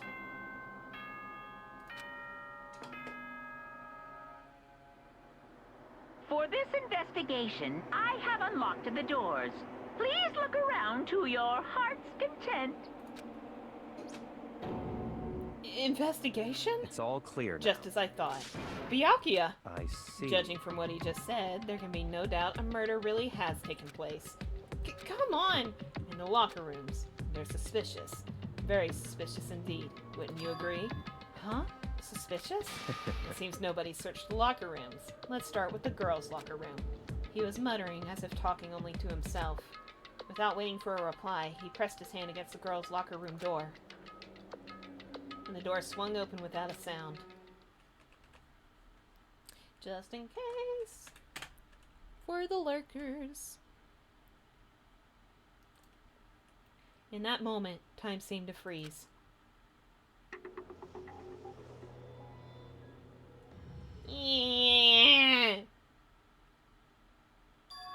What? I don't know how long it took for me to fully comprehend the reality of what I was looking at, but as soon as I did, a wild, almost primeval scream escaped from my mouth. Sure, that's what we'll call it. Danganronpa.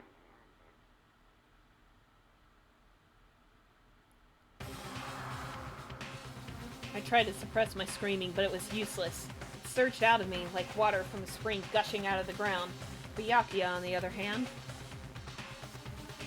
Very strange. most unusual, don't you think? He was totally calm, almost like he was watching this all unfold in front of a TV screen. I see. I had to drink some water. Look, Chihiro Sports has been suspended somehow. Something's been written on the wall in blood. Bloodlust? Such a brutal way to kill someone. No, this is beyond brutal. Wouldn't you agree? He killed her. How could it not be brutal? No, that's not my point. This murder is far too bizarre for any everyday amateur to have committed it. Unlike with Sayaka, this murder was not a crime of passion or necessity. It's almost as if whoever did this did it for fun. You see what I mean, don't you? What? My head was swimming. I was still reeling, too confused to understand what he was trying to say. And before I could even begin to clear my head... What the heck? Hey, I heard screaming! Did something...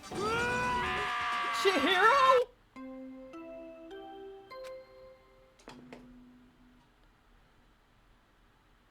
A body has been discovered! After a certain amount of time, which you may use however you like, the class trial will begin. What the hell was that? What? Ah, that's right. You were unconscious during Sayaka's, so you don't know about it. What you just heard was the body discovery announcement. Apparently, when 3 or more people discover a body, an announcement plays to let everyone know. I imagine it's so that the search for the culprit can proceed fairly for everyone involved. Proceed fairly? The body discovery announcement? Then Chihiro really is Naturally. dead. Yes. Before you start screaming your head off, go round everyone up. It seems another game has begun. Another life or death game to uncover a killer. Taka bolted out of the locker room. As everyone made their way to the scene, it felt as if no time at all passed. It was like my sense of time had just taken wing and flown away. When I finally came back to myself, I saw everyone had the same look of confusion, fear, and anger. We all just stood there, gathered around Chihiro's body. Damn. Damn, I couldn't keep her safe. So there's another victim. Which means we are now in the same position once again. Fuck, man. What the fuck is this? What? It's a dream. This is a dream. It's all just a dream. In fact, I haven't even been born yet. I don't have any memory of ever being alive. Shut up.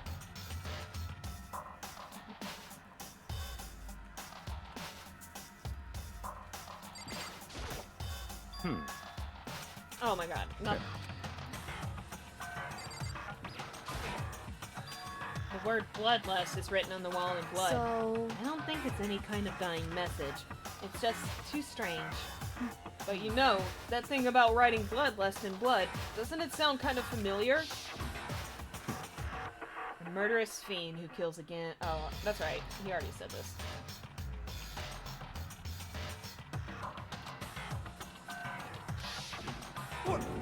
Genocide Jack! Genocide Jack, the murderous fiend whose grisly attacks were famous all across the country. The ultimate portal chop. Oh no, Lit portal chopped me. That's cringe. Oh no. The ultimate murderous fiend. Also, hi Lit, in all seriousness. The ultimate murderous fiend, creating a reputation of abnormal, downright cruel killings. what is this? This is some copycat killer trying to imitate Genocide Jack's style? Voice crack? But why would anyone do that? Perhaps it's the work of the real Genocide Jack. The real?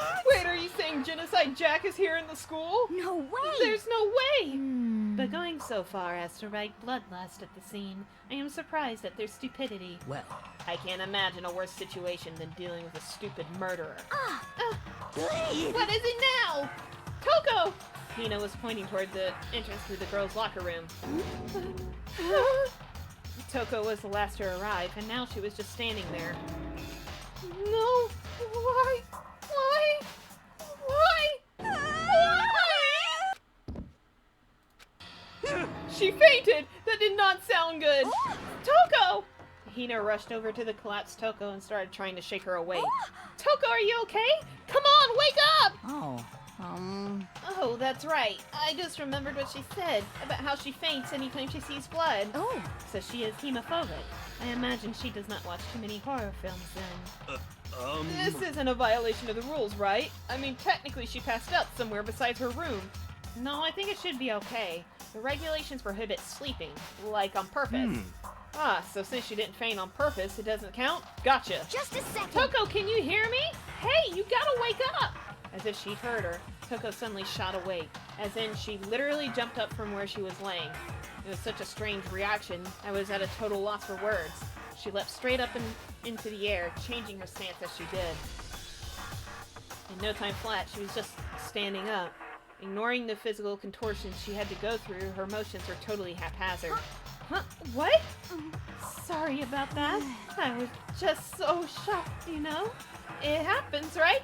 Was I the only one? Toko, are you okay? I'm fine. I'm fine.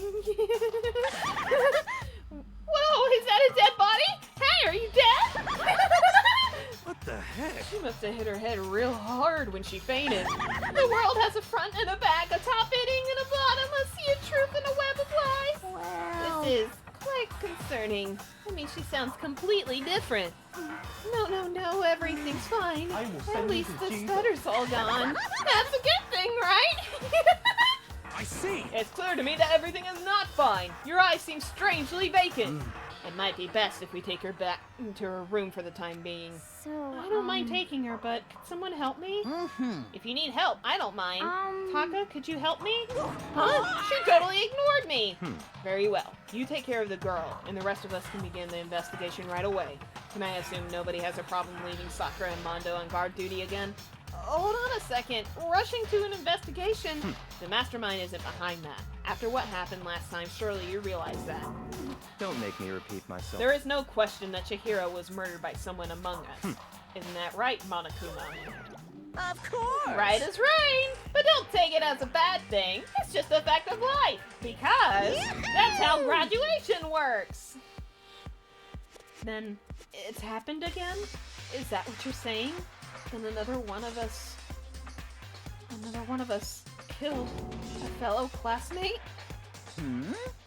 What? Does that freak you out? You guys got no balls, you know that? Is there just nothing down there at all? Well, I'll let you pray to mine if you want. You're not even a tanuki, dude. You're a bear. Actually, I don't have any either. Sorry! Stop talking. Stop monologuing and give us what you came here to give us. You did bring it, right? I sure did, John. Allow me to present the next Monokuma file. I know how much you must be looking forward to it. See ya So later. please do your very tippy-top best on this investigation. no way! Do we really gotta do another investigation? Examining the corpse of one of our friends. Having to suspect all our other friends. Why? I hate this. I can't take it anymore. I hate it too. I've had enough. I'm getting out of here. Where do you plan on going? There's nowhere to run. Such ignorance. Just accept it already. After all, blood is just a liquid. A dead body is a simple object. You are very enthusiastic about all of this, are you not? Naturally. How can I not be? If we don't unmask the culprit, we all die. That's true, but to jump into it so soon. What? What? Do you want to die? Such ignorance. Fine, then go off and die somewhere. Right now, go ahead. You're a waste of space.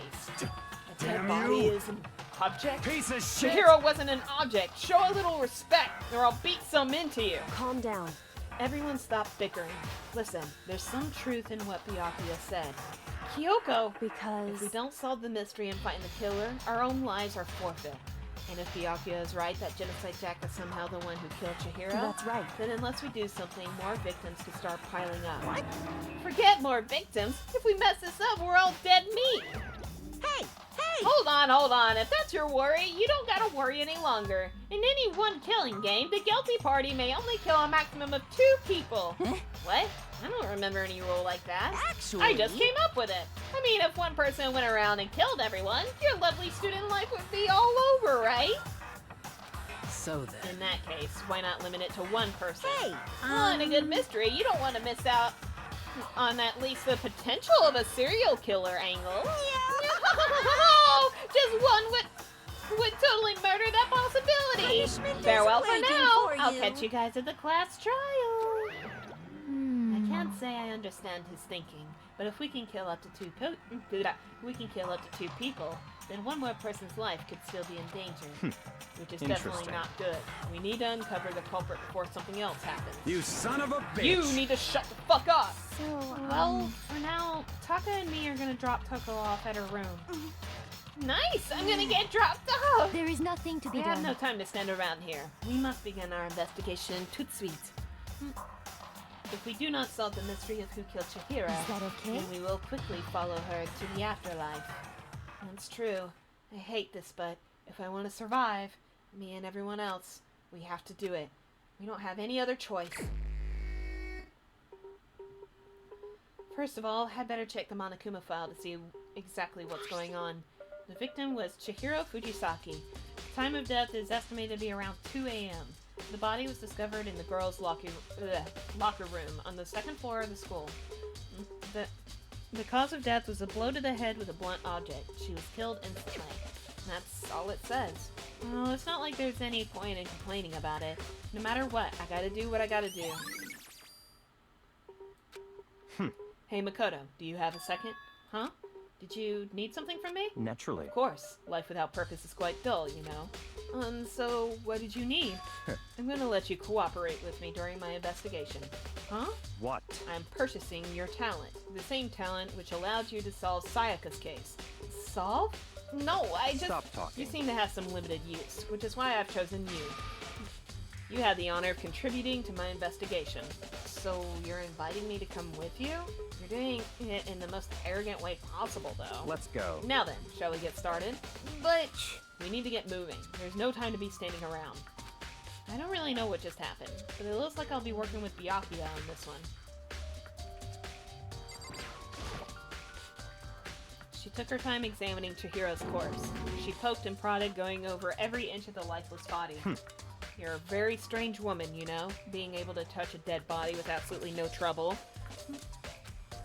She seems to be concentrating pretty hard. It's like she can't even hear us.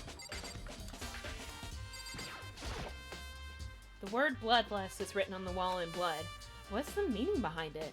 Bloodlust. I could feel the life draining out of my own body. It's a dead body.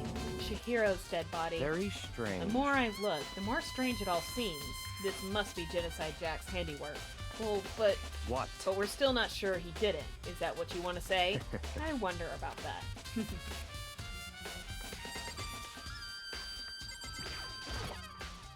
The poster's got some blood on it. It must have happened during the murder.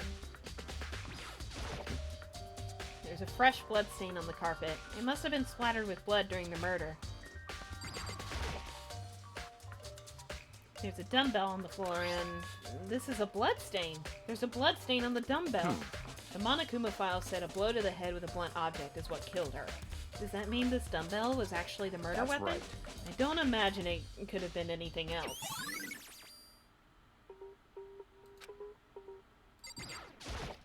I use this locker room all the time. Now it's become the site of Chihiro's death. But why was she killed in the locker room?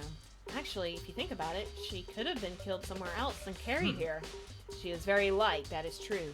It wouldn't be hard for someone to carry her. But still, Well, I still think she came here on her own, by choice. What makes you say that? She's been talking a lot lately about how she wanted to get stronger. So you're saying she came here to exercise. But according to the Monokuma file, apparently she was killed around 2 in the morning. Would she really have been exercising that late? perhaps. Tina or myself are usually in the locker room during the day, so she was probably avoiding it then. Avoiding it?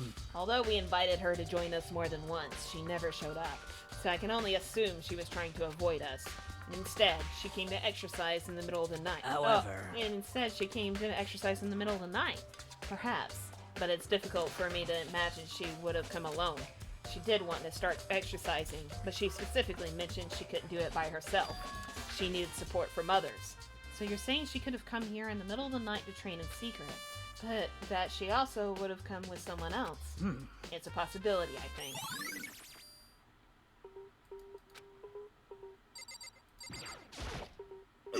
Dude had a real complex about being weak. You heard Chihiro talk about it, right? All I need to get stronger. Yeah, I do remember she said that more than once. Sure did. Which I guess explains the trip down here. But did she really need to get stronger that badly? You already mentioned it, but she was a girl, after all. Most girls aren't all that strong. I don't know, man. Haven't really thought about that stuff. The cause of Chihiro's complex. I can't help wondering what it might be. Now I believe it's time for us to move on. Huh? Already? What? New clues won't magically appear by standing around here.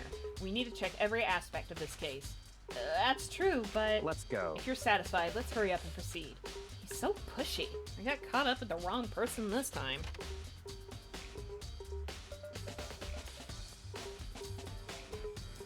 So, this is our next location. Huh? This place is related to the investigation? Figure it out for yourself. It's no fun if you don't, right? It's not even the scene of the crime, idiot. If I remember right, this card reader is meant to work with our handbooks, right? What? Do you have an issue with it? If so, you should take it up with Monokuma. He said that, then quickly and sharply clapped his hands together. Did you call You for called for me? Has he been domesticated? That's right. It seems that Makoto has a question for you. You need something? Sure, what's up? Well, it's just about this card reader. Yep. Yes, the card readers have all been designed to interface with each of your e-handbooks. You can only enter the locker room corresponding to the gender listed in your individual handbook. And it's impossible for two people in a row to go through while the door is unlocked, correct? If there were some sort of erotic terrorist on the prowl, the ceiling-mounted Gatling gun would initiate a Swiss cheese slaughter. Choking. Had a lob of spit go down my throat doing that. In the school, regulations prohibit anyone from lending someone else their handbook, correct? Of course! Correctly correct! So then, that means only girls can go in the girls' locker room, and only boys can go in the boys' locker room. In other words, Chihiro's body being found in the girls' locker room means... Hey Makoto, I can see right through you. See right through me? Allow me to tell you what you're thinking. Since Chihiro was found in the girls' locker room, the killer must have been able to get in So, there. in other As words... such, the killer must be one of the girls. Did I get it right? Such Good ignorance. lord, you're simple. But am I wrong? You should pay closer attention to the regulations. The answer has been in front of you the entire time. Loaning your e-handbook to another student is strictly prohibited. Only the act of loaning a handbook is prohibited. Borrowing someone else's is perfectly fine. Yeah. I would expect nothing less from the prodigal son of the noble Togami family. So you managed to sniff out the loophole in the regulations. Knowing you, I would bet you created it on purpose, didn't you? To add a little more excitement to things. Yeah! You're treating me like a puny little appetizer instead of the main course that I am. Now then, since the dead can't actually talk, they're not people anymore. They're things. Yep. Get it? Got it? Good. Wait, hold on. You're saying that's a loophole, but in order to borrow something from someone, then that means someone would have to loan it. So, so sleepy. Just listening to you makes me want to pass out. Be more like Byakuya and get your poop together, or else I'll charge you with criminal negligence. No more questions. Figure out the rest of your own damn self. That's fine. Well, I know you are unfortunately lacking in mental faculty, so I'll fill you in myself. Let's head to the main hall. The main hall? That'll help you understand what's going on.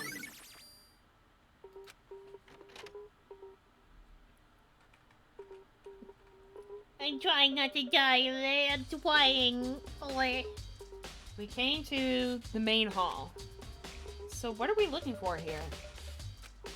Does that mean I have to figure it out for myself? There's a mailbox here. Could there be something inside? It's an e-handbook? No, wait, there's 3 of them. But what are they doing here? So, you finally found them. Huh? Did you know these were here, Byakuya? I happened to find them by chance myself the other day. It seems there's a system in place where the handbooks of dead students get delivered to this mailbox.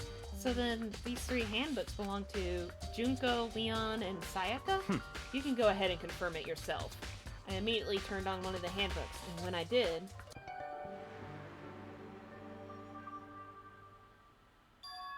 You're right, this is Sayaka's handbook. Now do you understand? This is the key to the loophole that I revealed earlier. Yeah, I feel like I'm starting to get it. I'm not reading this again. Drink my water. I see. Yeah, now I understand. What? Hold on a second. What's wrong? Very strange. That's strange. One of the handbooks won't turn on. Is it broken? Whose is it? The other handbook showed Junko's name when I started it up. Then the one that won't turn on must be Leon's, right? I see. It would make sense, yes. After all, he did get pummeled with dozens and dozens of baseballs. Pummeled with baseballs. The memory of it came flooding back. That cruel punishment which led to Leon's death. The execution that the mastermind concocted. A cruel, heartless death. You're right. It wouldn't be surprising for the handbook to break during that kind of assault. Damn it! Hey, hey! Hey, hey, hey, hey, hey! Hey! What? That e-handbook is essential to student life here. Crucial, integral, instrumental, a super big deal. There's no way it would break that easily. But it did. That's impossible! If I say it wouldn't break, it wouldn't freaking break! It can withstand up to 10 tons of pressure, and it's waterproof up to 100 meters, okay? I don't care how many baseballs you hit it with, it wouldn't do crap! Oh, but, even my amazing handbook does have one single weak point. It does? I can't But hear it's you! a secret! I wouldn't want you to go breaking any more handbooks! What? Leon must have broken it somehow without realizing what its weakness was, right? Hard to say. You know what I think? I think his handbook isn't actually broken. What? But you might ask, how could that be? Leaving the question hanging in the air, Monokuma disappeared. What just happened? Monokuma said that it's not broken, but it's an undeniable fact that it's not turning on. That's fine. Well, I don't see any connection to the case, so it doesn't matter for now. You think so? Either way, something about it still bothers me. Okay then, this should be enough to get things rolling. Let's begin our investigation in earnest and track down the true culprit. Yeah, we need to find out who killed Chihiro. To be exact, not quite. Huh? Not quite? What do you mean by that, Byakuya? To be exact, not quite. Certainly, I want to reveal Chihiro's killer, but more precisely, I want to discover the true identity of Genocide Jack. Then, you really think, you truly believe Genocide Jack is the one that killed Chihiro? Don't make me repeat Absolutely. myself. I have no doubt that Genocide Jack is the culprit in this case. That murderous fiend is Genocide Jack, right? And there's nobody else it could be. A murderous fiend who kills again and again using a bizarre and brutal method. They're like a ghost, attacking suddenly, then slipping away before the police can catch up to them. Excuse me. And what nickname did the internet give to this mysterious serial killer? Genocide Jack. They say he's killed thousands of people, but that's gotta be an urban legend. Still, could one of us really be a demented psychotic killer like that? You're not wrong to wonder. But words mean little right now. I have something that will prove it, and I can show you. What do you... Oh my god. Don't make me repeat myself. And I have a basis to believe that. I assure you, Genocide Jack is one of us. Is there really proof? There's somewhere I'd like it to take you. This will provide all the evidence you need. It's all clear. Evidence that Genocide Jack is the one that killed Chihiro. Evidence? Does something like that really... hey, you two! Big trouble! Need your help! I don't have time We're to play busy. with you. Leave us alone. But It's an emergency! Emergency! Come on, please! You gotta help me! Please! This is a serious emergency! Please, please! You gotta help me! Just calm down, okay, Hina? I mean- But it's an emergency! An emergency? What happened? Well... Something's wrong with Toko. She's acting super strange. Well, I mean, she was acting pretty strange earlier, right? What should we do, Byakuya? Very Since strange. it's Toko, I must admit I'm intrigued. I suppose we can take a second to see what's going on with her. Are you sure? Don't make me repeat Don't make myself. me repeat myself. I didn't expect that. I thought for sure he'd just say no, and that'd be the end of it. Yeah! Okay, come on, hurry!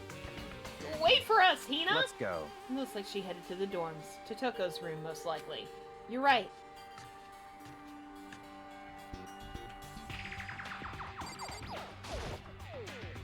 Is Toko inside? Some kind of emergency.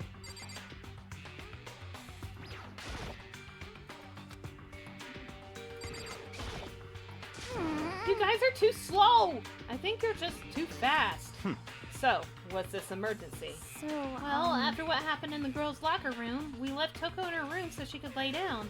After a while, we came back to check on her, you know, see how she was doing. But when we did, it was weird. She refused to come out, and she kept saying all this weird stuff. Weird stuff. That's fine. We should try talking to her ourselves. Yeah, good idea. We may as well give it a shot. The door swung open slowly and silently.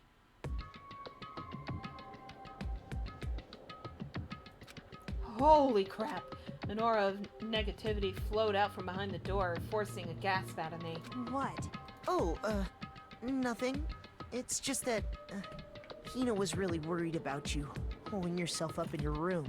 Leave me alone. Yeah, sure thing. But, could you open up, just for a second? Won't allow it. Huh? I won't let Genocide Jack have control. And just like that, she slammed the door in my face. What was that? She's been acting like that the whole time. When I rang a little while ago. I'll drive out the killer. Drive out the murderous fiend.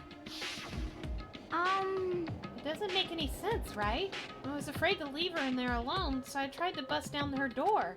But it felt like something was holding it shut on the other side. I couldn't even budge it. Toko was scared enough to even bar her door? Does she think the same thing as Byakuya? Does she think the serial killer Genocide Jack really murdered Chihiro? Is that why Toko's so scared? But Whatever it is, I'm really worried about her. Isn't there anyone who might be able to persuade her? Hey, Byakuya, do you think you could ask her? To come out of her room, I mean. That's fine. Sure, whatever. Huh? Huh? You're gonna talk to her, Byakuya? Wow, I guess you can be nice when you want to. Byakuya stood in front of her door, not making a sound, and pressed the doorbell. After a few moments... What do you want? Leave me alone! You're all so annoying! Ah! Byakuya! It's Byakuya. I'm sorry. I couldn't keep our promise. Don't worry. Never again. I won't let Genocide Jack have control ever again. Ah!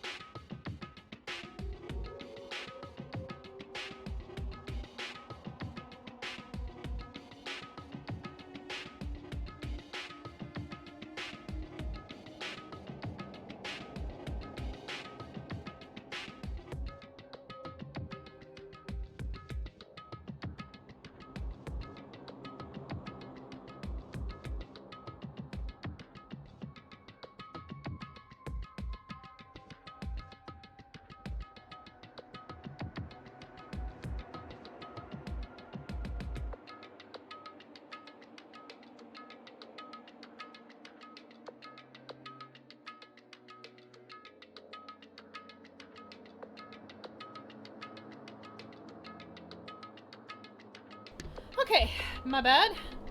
I'm having things go on over here, so I had to step away. Hi, Luna. Hello. And with that, the door slammed shut. I guess I technically could have taken a break, but I was kind of in a hurry. I'll do that next time. Even Byakuya couldn't pull it off. There's nothing else we can do. Let's get back to the investigation. Hold on! Hey Byakuya, what was Toko talking about just now? Something about a promise? What? Oh, I have no idea. Another one of her delusions, I'm sure. But Stop if talking. I say I don't know, that means I don't know. Just let Hina take care of her. Oh, yeah, okay. I'll stay here and keep an eye on her. Let's go. Well then, let's go. Without waiting for a reply, Byakuya sped away. Byakuya! And I hurried to catch up. Probably once we get to the trial, I'll, actually take a break. I tried to talk to him several times as we walked, but he didn't even look back, let alone say anything. He just kept on walking towards his destination. Finally, his feet brought him to a stop in front of a certain room. The library? Come on, let's go in.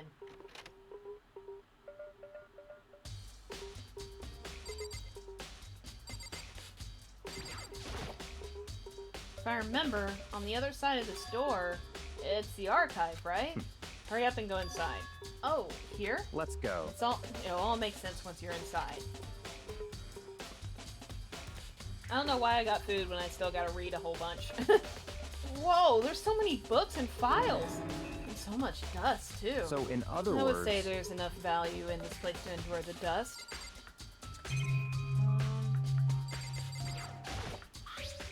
There's a wooden box. It's empty. Although, judging by the smudges in the dust, it looks like there was something inside. I wonder what it was. There was an extension cord plugged in here. It proved very useful when I was in the library. An extension cord, huh? Huh? It's a desk lamp. Oh yeah, it's the same one I saw Byakuya using in the library before. What? Do you have a problem with that lamp? It was here before, then I moved it over there. It's too dark over there, so I thought I'd put it to good use. Stop yelling at me. This shelf is stuffed tight with files. Without really thinking about it, I picked one at random. Ah, you have a sharp eye indeed to select that file. Huh? That's right. That's a report on a presidential assassination. The original is kept at the National Library. It won't be declassified for another 30 years. Are you sure you want to look at it now? There's no telling whose crosshairs you might wind up in for peeking at it. Without making a sound, I returned the file to the shelf. There's so many files stuffed onto the shelf. What's in all these things? That's enough. The documents are dangerous. Dangerous? They detail all the people who control the world from behind the scenes. Dangerous truth for a commoner. You mean like members of the Diet or something? No, I mean the ones with real power. The secret council controlling everything from the shadows. If you're ready to be disappeared for it, take a look. There are some very interesting people in there. You're just kidding, right? Am I? I'll just let it go for now. There's a ton of thick files stuffed onto the bookshelf. If you're thinking of looking through any of them, let me give you a little warning. Those things are filled with graphic, disturbing photos from all kinds of crime scenes. It's the kind of thing any normal person would never want to look at. Careful. Huh? What do you mean? All those files there are investigation reports related to different cold cases. Those are internal documents for police eyes only. They're not the kind of thing you'd expect to leak. Oh? So, are you finally beginning to understand the true splendor of this library? The entire reason I was interested in the library is because of this room right here. It's home to classified government documents, police records, things no ordinary person would ever see. Isn't it magnificent? This can't be for real, right? Such That's your ignorance. guys' problem. Anything that doesn't fit into your preconceived reality, you label it a lie. Well, it's not that. It's not like I totally refuse to believe it, but I mean, there's just so much. How could anyone have put all this together? I suppose it goes to show just how much power Host Pete truly wields. Or perhaps the mastermind may have wanted to provide us with enough entertainment to keep us from getting bored. It's no use. I can't keep up with all this. It's just too unreal. What's wrong? You still can't believe it? What about you? How can you believe it so easily? Things like that are usually impossible. What? What do you mean, usually? Usual, normal, ordinary, simple? Those things don't exist anywhere in the real world. If you don't understand what they actually represent, you don't understand the nature of anything. You don't pull your punches, do you? Besides, what you consider usual is based on your common sense, right? But what makes you think your own common sense applies to me at all? The documents gathered here are genuine. I have reviewed them multiple times, so there is no doubt. Hold on a second. You're saying you've read all these documents and more than once? But all this has to be like top secret confidential stuff, right? So why? My family has a reading room just like this at our home. Ours is bigger, of course, but not as dusty. Huh? Members of the Tagami family have access to any variety of government-related documents. That includes foreign powers as well as domestic. How is that possible? So in other words... I already told you. There's a secret council that controls the world from the shadows. My family is a member of that council, and I have within me the bloodline that will allow me to one day bend the world to my will. But to become such a ruler, I must know all levels of this world backwards and forwards. So whenever I have time, I like to review whatever documents and materials that interest me. Which is why I can proclaim without a doubt that the materials gathered here are the real thing. This is beyond believing or not believing. Byakuya is actually starting to scare me more than the actual mastermind. And what always interested me was the most were the cold case police investigation reports. Reading through those reports has always been a hobby of mine ever since I was little. It's excellent mental exercise. I've solved more than a few of those cases just by reviewing the reports. And among all those reports, one of my recent favorites is the Genocide Jack case. As he taught, Byakuya grabbed a specific file from the shelf. That's right. This is the complete case file. Every single report surrounding the Genocide Jack cases has been compiled in here. Because there are so many, allow me to quickly summarize the main points. To begin, there are two notable characteristics in every Genocide Jack murder. The first characteristic is that every crime scene, the word bloodlust is written in the victim's own blood. And the second is that when the victims are murdered, their bodies are suspended in a certain way. Bloodlust is written in blood, and the victim's body is suspended. It's exactly the same as what happened to Chihiro. Save your surprise. The best part is yet to come. For the second characteristic, where the victims are suspended, the only ones who knew about the particular fact were members of the police and other higher-ups. By all accounts, nobody in the media ever found out. Huh? In other words, no one on the news, no one out online, nobody knew about that aspect of each crime. Only key officials and the killer himself knew about this act of mounting the victim. Now, if you recall Chihiro's corpse, her body was most certainly mounted in this fashion. So, how could the killer have known about suspending the victim? That's right. That's the key question. But in fact, the answer is quite simple. So, in other words... The culprit isn't a copycat killer. It's the real Genocide Jack. In other words... That right there is the evidence that Genocide Jack has hidden himself among the rest of us. Then Genocide Jack really is such a brutal, fiendish killer, really is walking around among us? Interesting. Things are really starting to get interesting, aren't they? I never imagined a killer with such a reputation would ever become part of our little gang. Now, don't you think it would be good for you to take a look at what I've already seen? You might just manage to ferret out a clue or two. Such ignorance. If you get down on your knees and beg, I might even show you myself. Byakuya, about that Genocide Jack case file. Could you let me see it? That's fine. Well, you didn't beg, but I guess it's okay this time. Just in case. Feel free to look at it in here, but you can't take it with you. Byakuya handed me the file, and I flipped through it with tense, nervous fingers. Suddenly, my hand stopped. I had reached the page where photos from the scene of each crime had all been collected. The names of Genocide Jack's victims ran on for several pages. Ken Harada, 32. Tetsuhiro Honda, 17. Shoji Gaku, 23. Kano Isai, 14. Takashi Yoshida, 30. Komatsuna Taro, Takafumi Gono, Uchida Nahisa, Takashi Masamune, Yuto Yumajima. There was no end to it. I'm probably butchering like half of those names, so my bad. But one thing became perfectly clear as I read. All of the killer's countless victims were killed and suspended in exactly the same way. And at the scene of every murder, the word bloodlust was left in the victim's own blood. Now take a look at the next page, and you'll find another interesting tidbit. The next page. Profiling results. All of the crimes took place either on weekdays at night or during holidays, either day or night. The most common time for the killings to take place was on holidays in the afternoon. Based on these facts, it could be suggested that the suspect may be a student. Evidence suggests that the suspect lingered at the scene, but when they did leave, they were in a panic. Because an eyewitness has never come forward, it's unlikely there was any external reason for this. This confused behavior suggests that the suspect may potentially suffer from dissociative identity disorder. So, in other words... The key point here is that the culprit may well have a split personality. A split personality? Like the kind of thing you see on TV? So I'm part of another totally unbelievable story.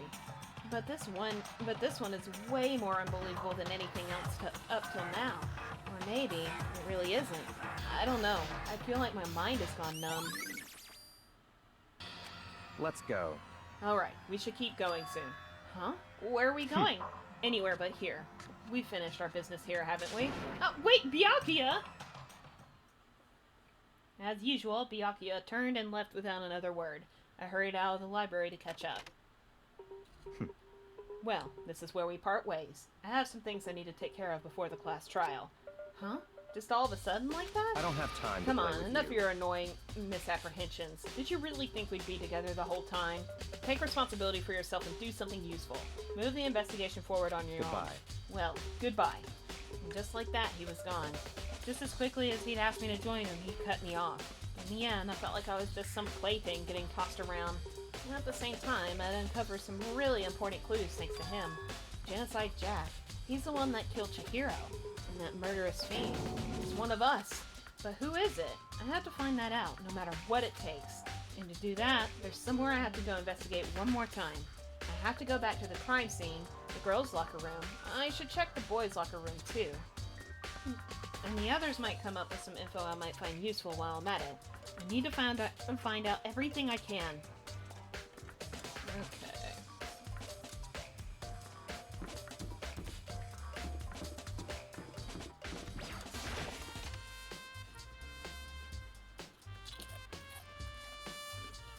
Ah! Da da da da da!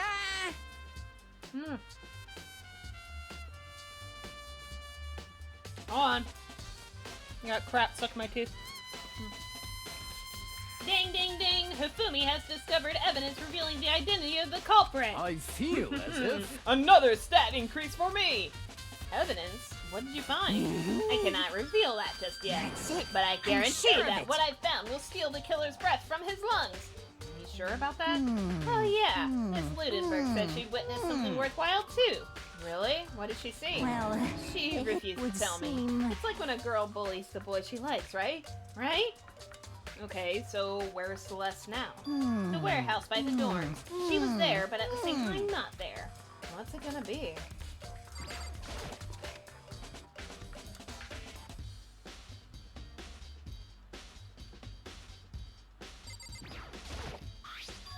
There's a strange stain on the carpet. What is it?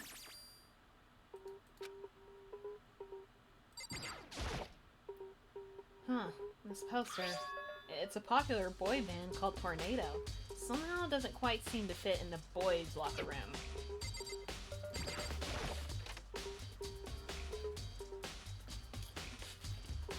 Oh, I thought that would leave me out.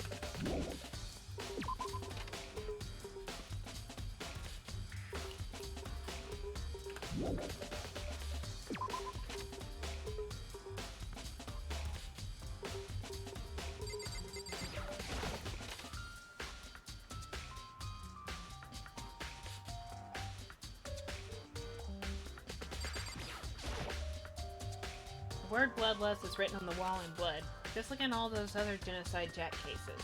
At every crime scene, the word bloodlust is written in the victim's own blood.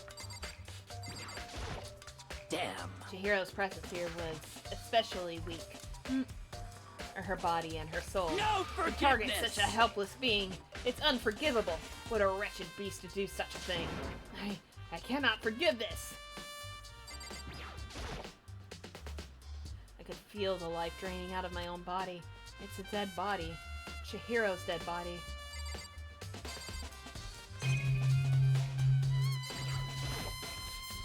It's the bloodstained poster. The blood is the most noteworthy part, but the big-breasted swimsuit model is pretty noticeable too. A girl's locker room doesn't seem like the kind of place you'd find something like this. Oh, but wait, that reminds me. The poster in the other locker room that's right. There's definitely something strange about this. In the boys' locker room, there's a poster of a popular boy band. In the girls' locker room, there's a poster of a big-breasted swimsuit model. Could the poster have been switched? But if they were, why? What reason would anyone have?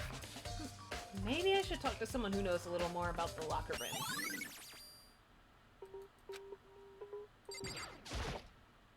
You spend a lot of time exercising in the girls' locker room, right, Sakura? Of course. I've used it nearly every day since it opened up. Sometimes Hina and I use it together. Okay, then let me ask you something. Do you think the posters in the boys' and girls' locker rooms could have been switched? I'm sorry. Sorry, I can't really say. I never really paid any attention to the posters. You see, However, but there is something that's been bothering me about the locker room. You see, I like to drink a little protein coffee every time I finish exercising. We have protein coffee? In the warehouse. It's not the highest quality, but I don't have a lot of other options. I mix protein powder with coffee and down a glass of it after exercising. Anyway, the other day, I spilled some on the carpet in the girls' locker room, and it left a stain. A stain? But I don't see any stain on the carpet now. of course. Exactly. I noticed it earlier. The stain has disappeared. I can only assume someone came along and cleaned it up. But still, isn't it usually clean, unusually clean? As if there was never a stain here to begin with.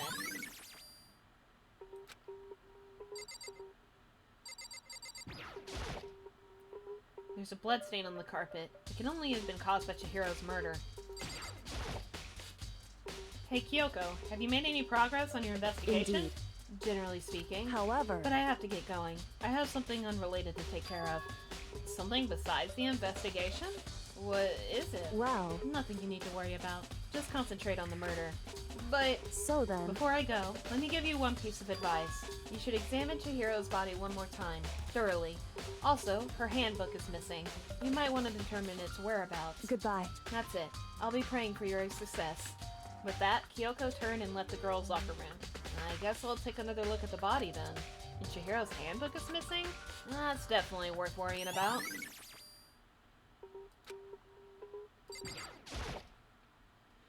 Kyoko said I should examine the body one more time. I know she said thoroughly, but I do have my limits. Well, I'd better give it a shot anyway. Let's see. Chihiro's hands are bound with what looks like some kind of rope.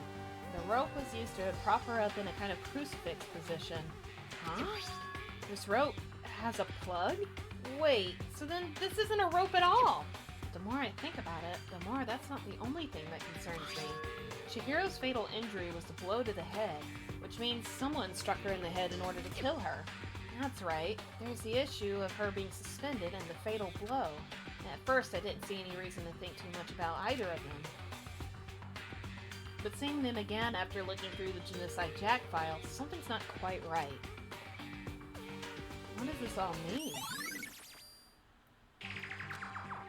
Well, the one thing most likely to tie all these mysteries together is the true nature of the rope that was used to suspend Chihiro. And to figure that out, there's a certain place I need to revisit and look over again.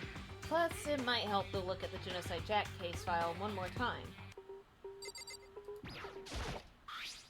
There's a big blood stain on the dumbbell on the floor. The Monokuma file said that the fatal injury was caused by a blow to the head. This dumbbell has to be the murder weapon.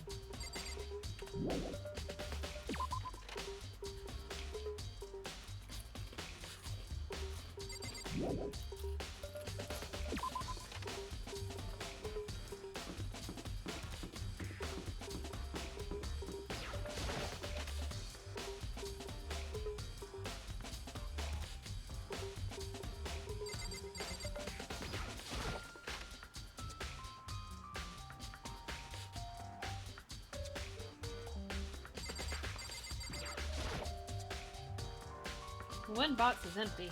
The extension cord was in there before.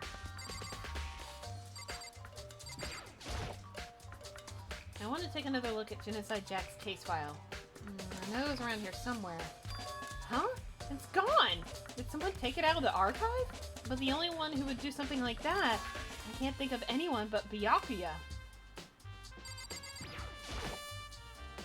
The desk lamp. Byakuya grabbed that one thing from over here and put it over there. Sure is dark over there.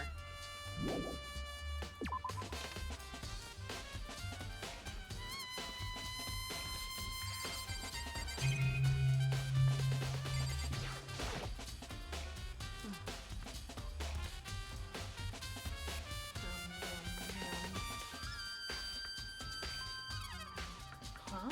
The lamp won't turn on. Oh, I see. It's not plugged in. The lamp's cord isn't long enough to reach the outlet from here. But last time I saw it, it was definitely on, and it was definitely right here.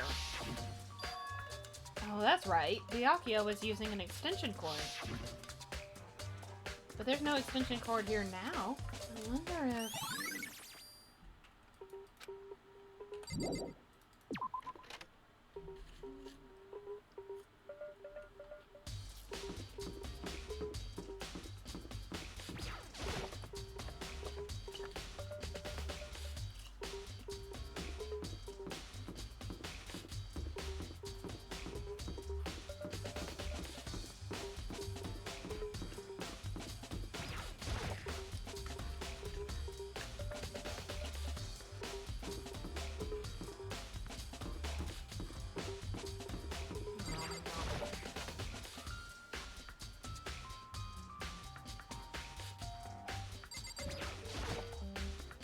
Celeste, what are you doing here? This warehouse is amazing. It has absolutely everything one might need to live a full life. From food to clothes to towels, there's an endless supply to choose from. I see that, but have you found anything related to the case? Most I unfortunate. knew you were going to ask me that. I thought talking about the warehouse itself might misdirect you, but I see it was pointless. Then you did find something? Very well, I will tell you and only you. Actually, Last night, I saw her here. Chihiro was in the warehouse. What, really? indeed. This was right before nighttime. Hmm? What are you doing out this late? Oh, I was just... Are you planning to go exercise, perhaps? What?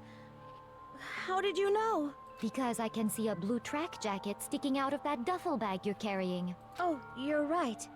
Thanks. Well, I'd better get going. I'm kind of in a hurry. She stuffed the jacket into her bag in a hurry. It was almost like she was trying to hide it. And just like that, she was gone. Yes, I indeed. assumed she was merely stocking up to go exercise in the morning, but it would appear she ignored the nighttime rule and headed directly to the girls' locker room. If she hadn't broken our rule, none of this ever would have happened. You get what you deserve, I suppose.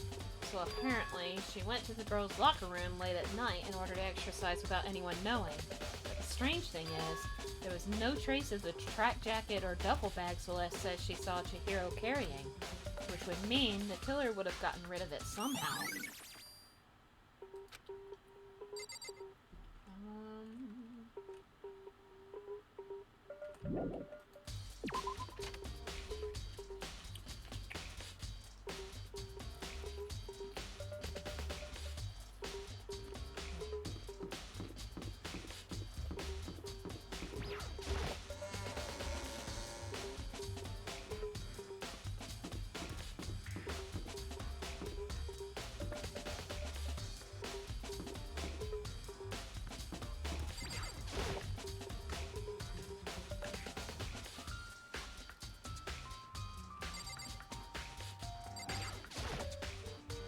There's a mailbox here, and inside are Junko, Leon, and Sayaka's e-handbooks. It looks like the handbooks of any dead students are brought here to the mailbox somehow. The rule says loaning your e-handbook to another student is strictly prohibited. What the fuck? Oh. Only lending it is against the rules. In other words, there's no problem with borrowing one. Also, it looks like Leon's handbook refuses to turn on. But according to Monokuma, it shouldn't be broken. Is this really unrelated to the case? Either way, something about it still bothers me.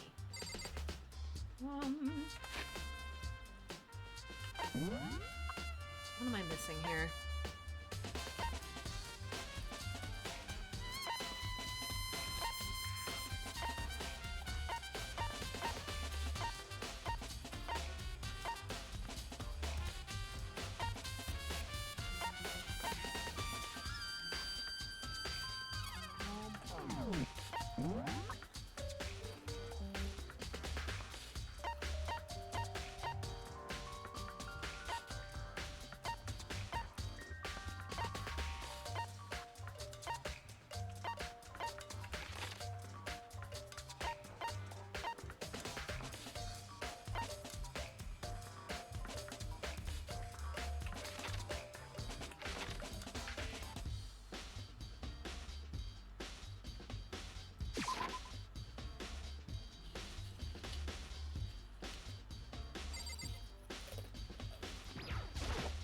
Da da da da da!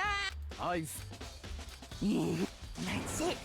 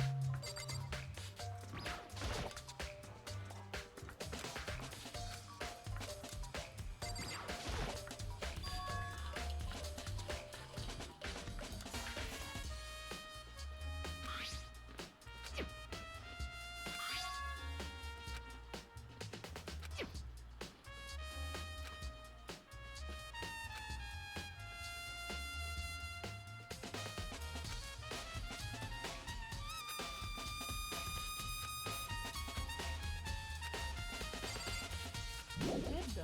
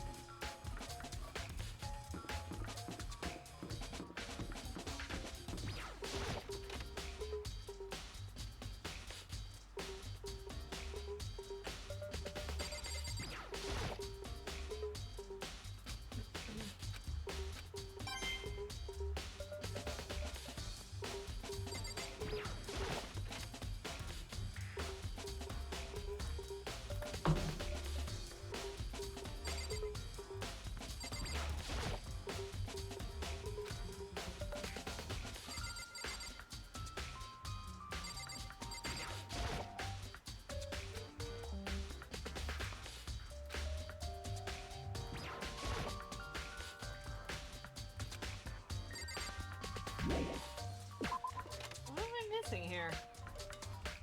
Guys, I promise I've played this game before, but I also have the memory of a freaking gnat.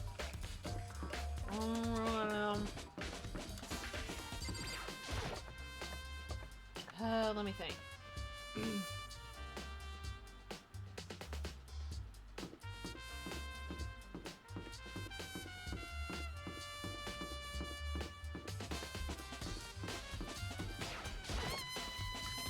Excuse me.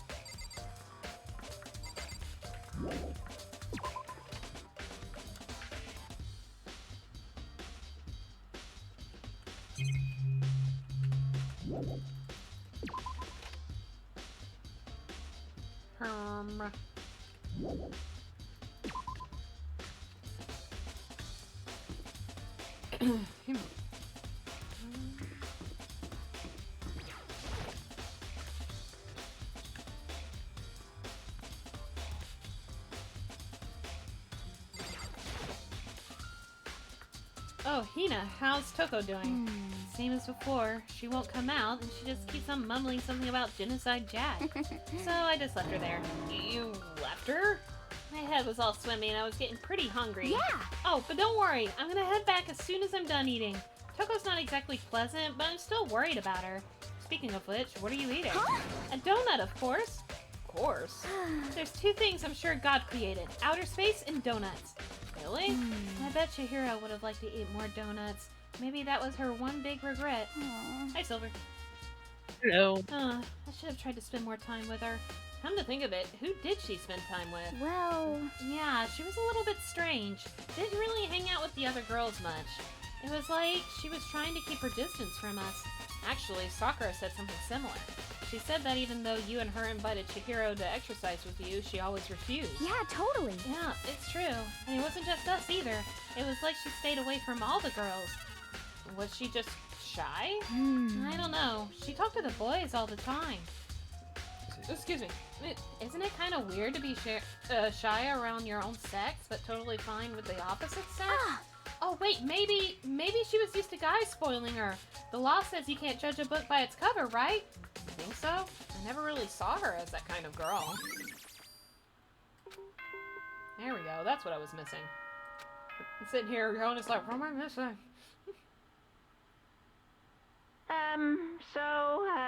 I'm getting tired of waiting. Shall we just plunge right in? It's the moment you've all been waiting for. The class trial! You remember where to meet, right? Please go through the red door on the first floor of the school. See you soon! Begin the class trial, or it's about to begin. Who got killed? Chihiro. All right. The red door is right through here. The red door is the red door, Makoto. Jesus. Ahem. So is everyone ready to... What? Am I blind, or are we missing someone? Yo. Yeah, Toko's not here. And Toko is... It's Hero, if you would like to reclaim your role. Yeah. You really don't remember? Come on. Kidding! I'm just kidding! How could I forget that little nut job? She's a crucial part of the class trial this time. What are you gonna Okie do? dokie, I'll go ahead and drag her out here kicking and screaming. Just one moment, please.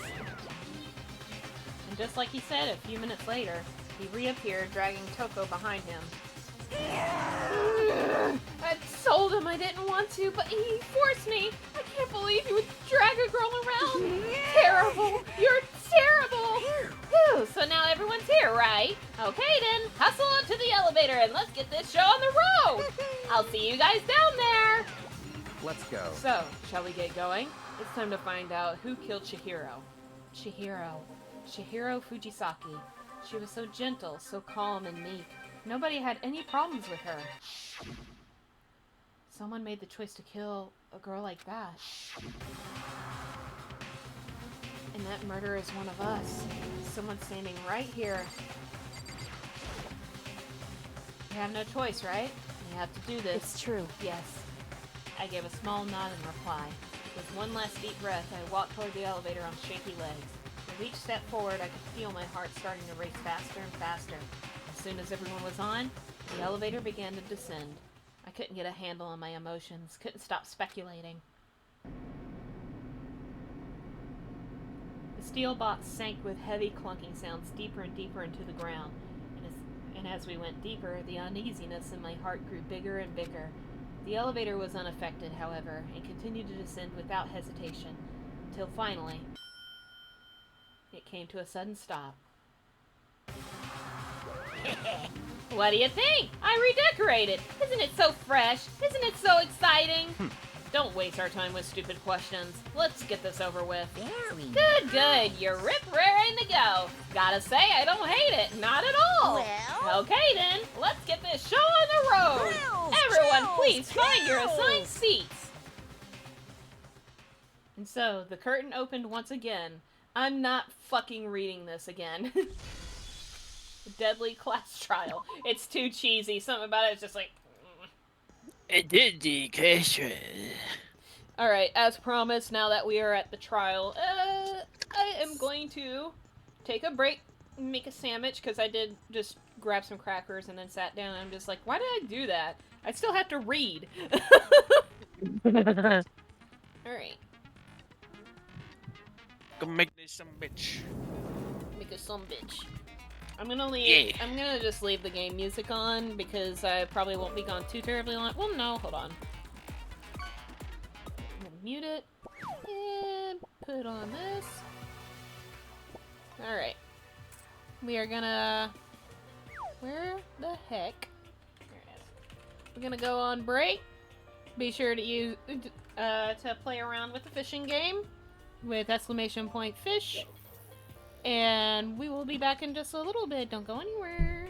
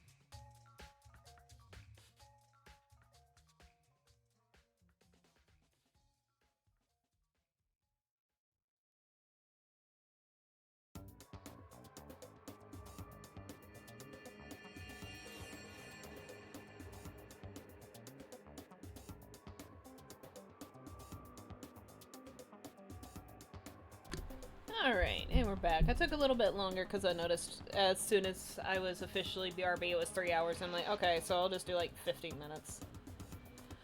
Excuse me. Alright. Welcome back. We can unmute.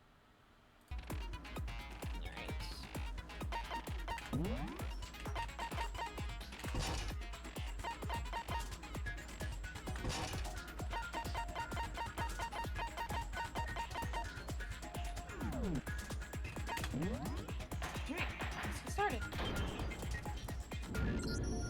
Let's begin. begin with a basic explanation of the class trial. So, your votes will determine the results. If you can figure out who done it, then only they will receive punishment. But if you pick the wrong one, then I'll punish everyone besides the blackened, and the one that deceived everyone else will graduate. Okay, then. So, first off, let's talk about the murder weapon! First, we have to make clear what was used to deliver the fatal blow.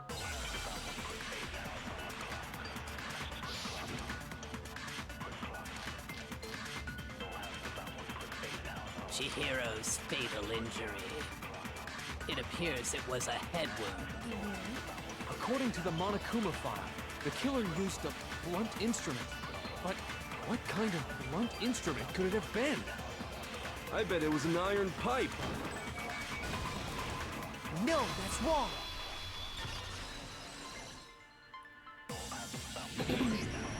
Can we agree that the object that dealt the fatal blow was the dumbbell, found at the scene of the crime?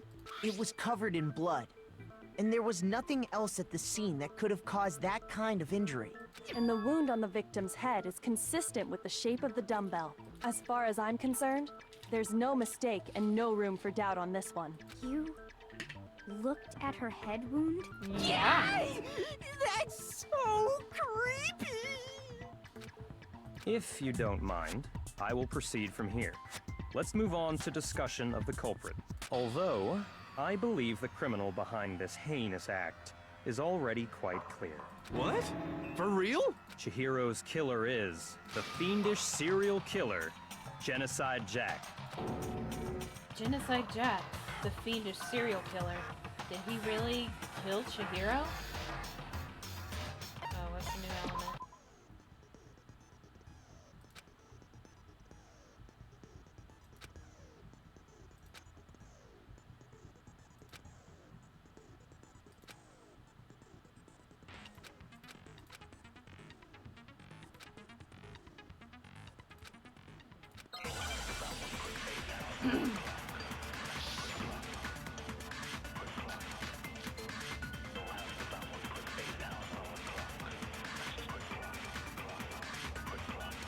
The culprit is Genocide Jack. I'm sure of it. Case closed, as far as I'm concerned. But that's impossible! Why? What makes it impossible? Well, I mean, come on! There's just no proof for it. No, that's wrong.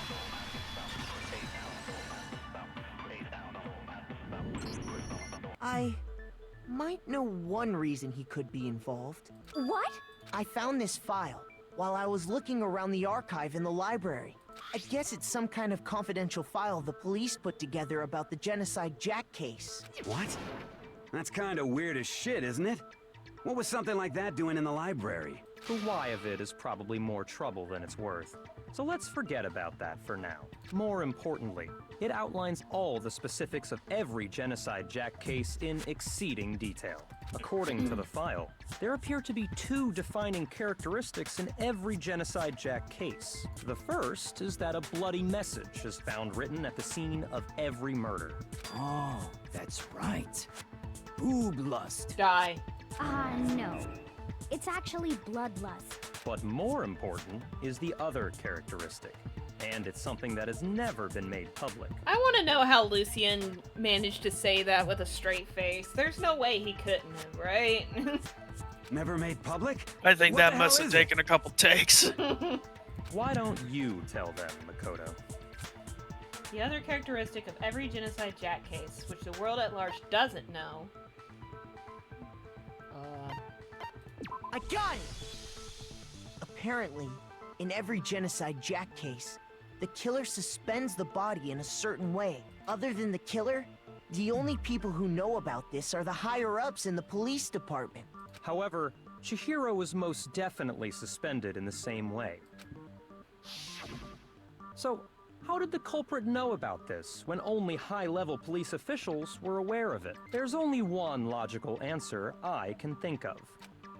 You smell? It's because the culprit in this case is the real Genocide Jack. No fucking way! You're saying Genocide Jack is one of us? Yes.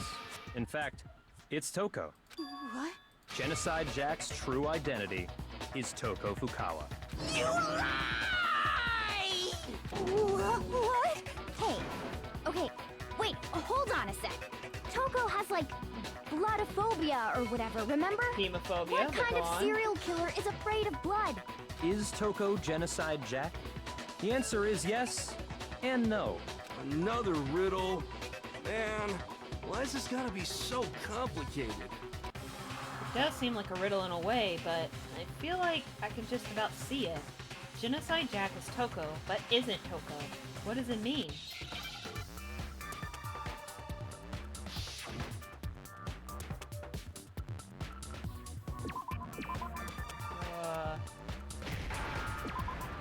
Oh, that's right. Give me a C.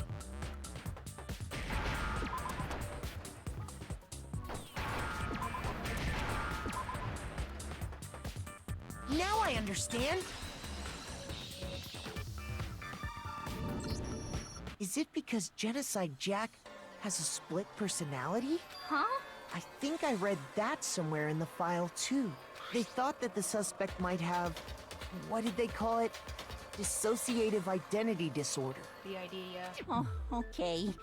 But still, to go and say that about Miss Fukawa is... Perfectly acceptable. Toko's strange behavior after seeing the body is proof enough that she has a split personality. The one thing that shows Toko could have a split personality, and it has to do with her behavior. I got it! You're talking about how she started acting totally different than usual, right? That's right. Think back. She fainted when she saw Chihiro's corpse, and then, when she woke up...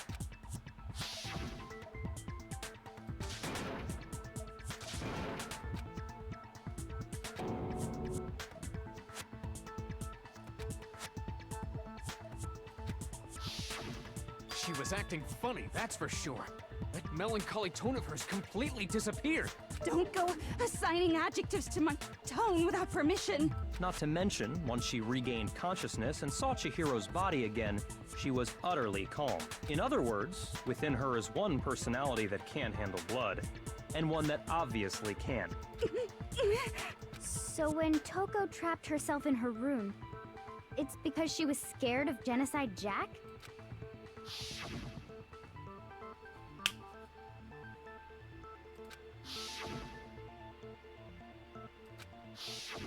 The reason she locked herself in her room wasn't to keep other people from getting in. It was to keep her other personality from getting out. What? Toko was afraid. Afraid of the murderous fiend inside of her. Of killing even more people. How? Yeah. How can you know all this? I do believe you misunderstood her. What she's trying to say isn't, how can you know all this? No. What she wants to know is, how could you tell them? Huh? Last night, just before Monokuma gave his motive speech, Toko and I had a strange conversation. She told me a most interesting story. She said a murderous fiend lived within her, and she was afraid it could appear and attack at any time. And that trepidation is what's caused her to have such a bleak attitude. Isn't that right, Toko? This is all a lie. Right, Toko? You said you wouldn't tell anyone. What? You promised. I can't believe you lied. You have only yourself to blame. You came to me with your tragic little story. God, I you didn't ask suck. you to. This is the real world, not some romantic fantasy fairy tale. Besides, you broke your promise first. You said that as long as you were here, no matter what, you wouldn't let Genocide Jack kill anyone. But in spite of that promise...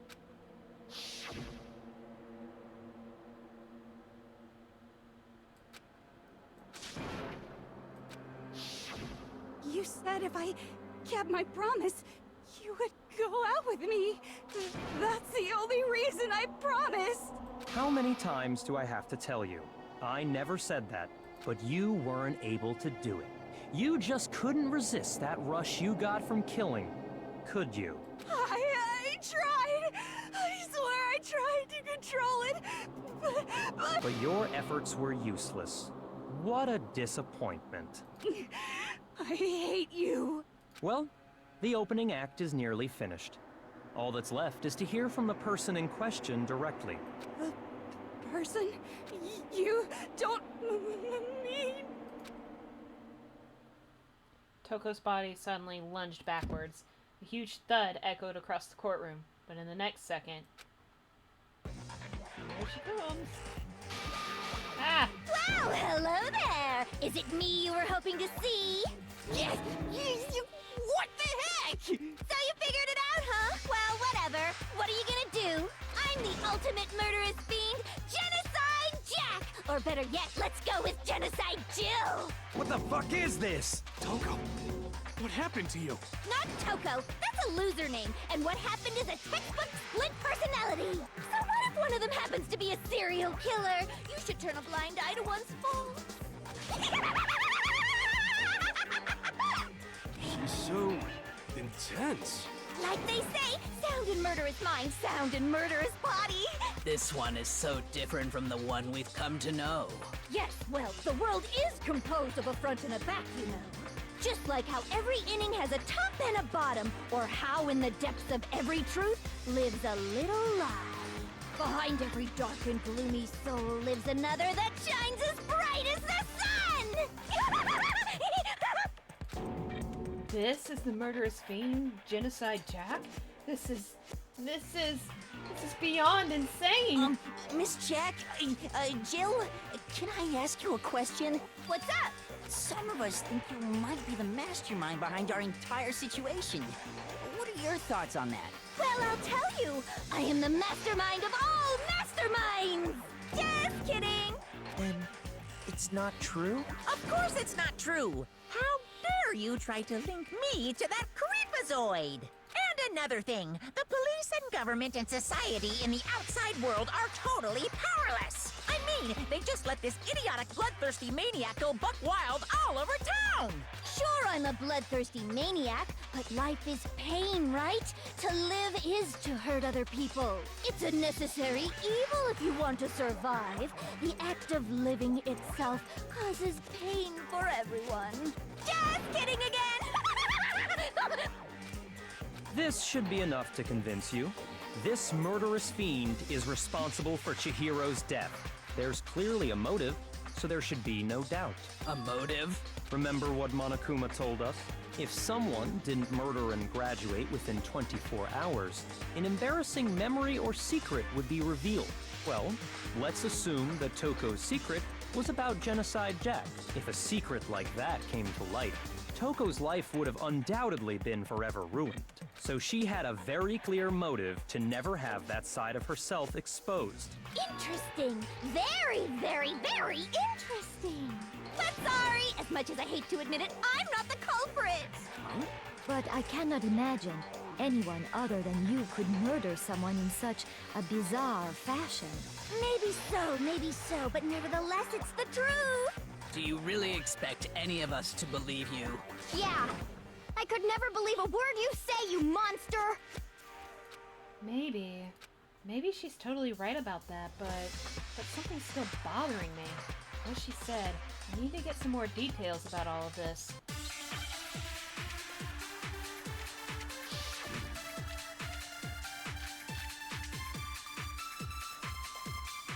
Sorry, but I didn't kill anyone! You say that, but do you really expect any of us to believe it? Perhaps if you had an alibi, that would change things. Oh, an alibi, huh? Now we're talking! When you compare your past murders to this incident, the modus operandi matches completely. No, it doesn't. No, that's wrong! You suck, and I hate you, and I think you should explode on the spot right now. Are the methods of murder Stupid-ass really pretty exactly boy. the same? I'm not so sure about that. I think there's a slight difference between the Genocide Jack cases and this one. Huh? How is it any different? Uh-oh, you don't know? Well then, human garbage, let me tell you! I murder with passion passion and conviction. I consider myself a professional, and I have a very particular way of doing things. Imagine you go to a fancy Italian restaurant. They're very picky about the noodles, the sauce, everything. But what happened to Chihiro? It'd be like if that same Italian restaurant started using ragu or Chef Boyardee. Did they say that? That's licensed stuff. This is no creation of mine. Let me rephrase that in a way that maybe makes more sense. There are two clear differences between the Genocide Jack cases and this one. There's one clear difference between the murders. I got it! For one, the cause of death is different. In the Genocide Jack murders, all the victims were killed the same way. According to the case file, they were all apparently killed with a pair of scissors. But Chihiro died from a blow to the head, right? Ah, yes. That is remarkably different from the other murders. Wouldn't it be strange for someone who kills the same way without fail to suddenly change their method? And there's more. One more conflicting detail. That's right! In my recipe of murder, if the bloody message is the tortellini, then the arrangement of the body would be the pesto sauce! What are you Please talking stop about? comparing killing people to cooking? So, She are won't. you saying the other difference has to do with how the body was arranged?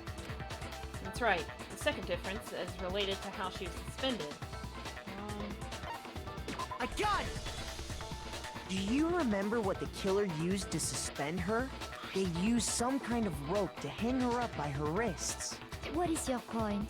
Well, in all the previous Genocide Jack cases, something else was used to suspend them.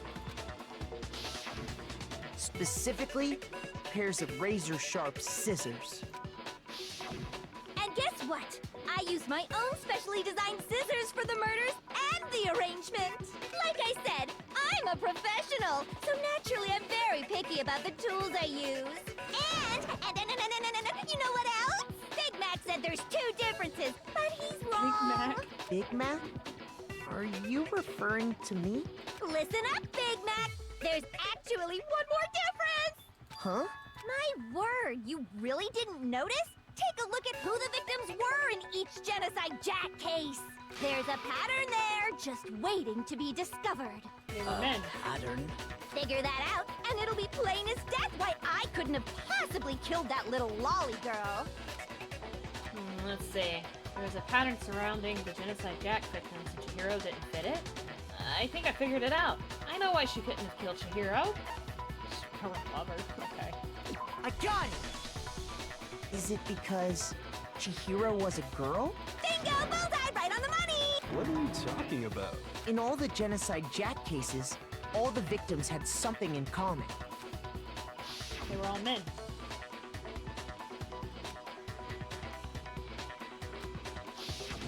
They were all guys? That's right! The people I kill with such passion and conviction are all adorable little men! I can't believe I said it! I'm so embarrassed! The hell is wrong with you? I can't help it! I'm just a full-throttle boy-on-boy fangirl, and the mopey side of me just hates it.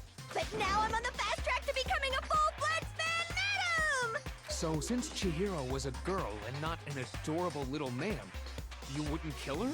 Would an Italian chef suddenly start making ramen just because they're both noodles? Don't be stupid. I have too much passion and conviction to cross that line. That's the absolute reality of the one and only. We get it. You've clearly explained your hobby and your philosophy. But that's not all there is to it. It's a different matter entirely. When you're forced to kill in order to survive. Quiet, lolly cur! Lowly? Cur? Ha! I would never kill for a reason as petty as mere survival. And if by some fluke I did kill to survive, why would I bother with the message and arrangement? It'd make me the obvious suspect! That does make some amount of sense. Plus, whatever reason I have for killing, I would never leave out my prized scissors. Who would go out of their way to use a big, stupid, heavy dumbbell? Maybe you used the dumbbell because you couldn't find any scissors in the school? Any scissors? I don't just use any scissors. I only use my own set of high-class, envy of the entire world scissors! Okay, whatever. There still aren't any in the school. Are you sure about that?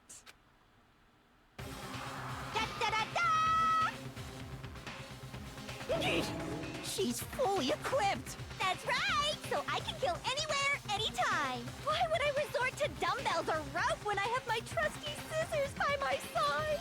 Go ahead, tell me I'm wrong! You can't, can you, gutter dogs, all of you! Not to mention, I have no clue how to tie a good knot! So rope's totally out of the question anyway!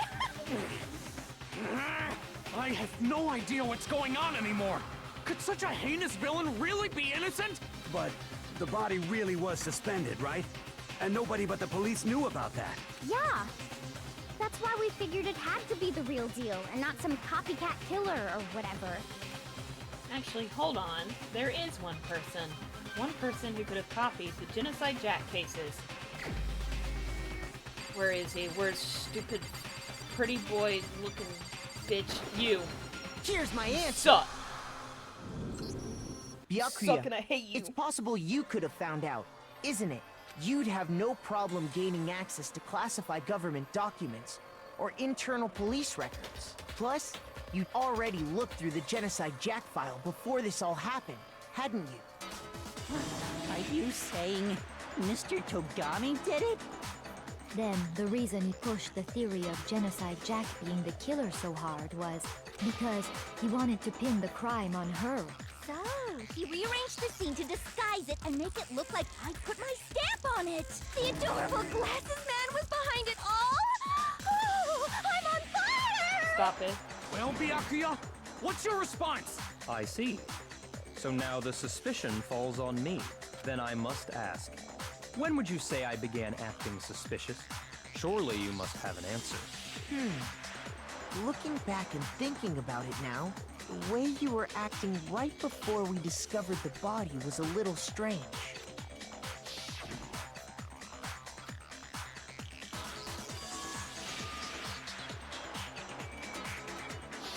You wanted to go to the girls' locker room right away, right? But since you're a guy...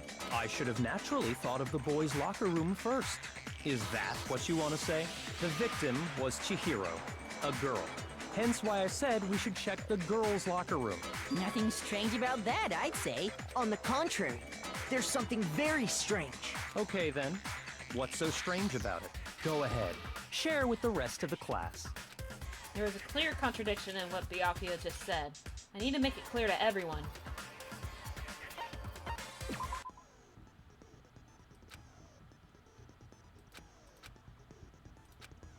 Oh, not this. I always... Okay, it's fine. I'll figure it out.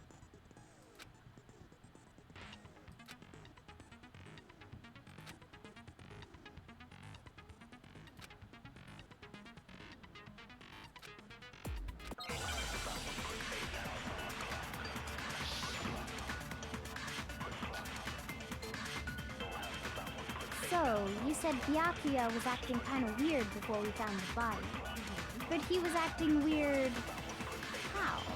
If you're presented with the opportunity to check out the girls' locker room, you absolutely take it!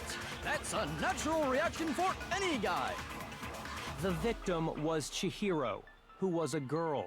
So of course I would suggest we check the girls' locker room first. There was no time for pointless distractions. What's so strange about that? I wish you'd taken me with you. Okay.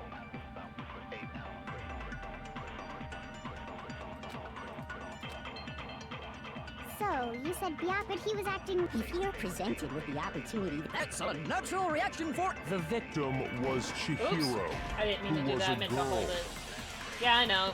Shoot!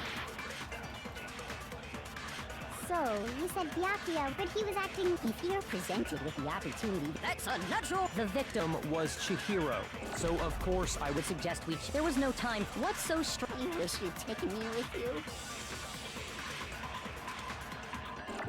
So, you said Byakuya was acting kind of weird before we found the body. Shoot! Guys, I think I suck. So, you said Byakuya was acting kind of weird before we found the body. But he was acting weird. How? If you're presented with the opportunity to check out the girls' locker room, You absolutely take it! That's a natural reaction for any guy! The victim was Chihiro. There we go. No, that's wrong. I hate doing the flashback because I'll I tell never you know what's so which order strange goes about where. that. Because up until we actually discovered the body, we couldn't have known who the victim was. So your claim that you went to the girls' locker room first because Chihiro was the victim doesn't hold up. I see. That's a good answer, I must admit. Interesting. Very interesting indeed. But your reasoning is still too weak. Huh? What's wrong? Is that it? Surely you've got more than that. Go ahead. Show us. God, you suck. What's with Byakuya's attitude? It's like he doesn't even care. I've got him cornered, but he's acting like it has nothing to do with him. What's the matter? You're not finished already, are you? There must be more to it. There is. I think. There is more to it. Think about it. We just talked about the differences between this case and past Genocide Jack incidents. The proof you're looking for is hidden in there. Oh? Proof that I'm the culprit, you mean? The differences between this case and other Genocide Jack murders. The evidence that proves Byakuya is responsible is hidden in there? What could it be?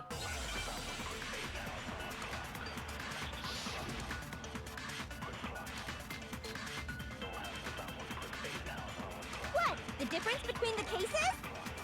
You want me to explain it again? When I want to kill, I use my very own special scissors.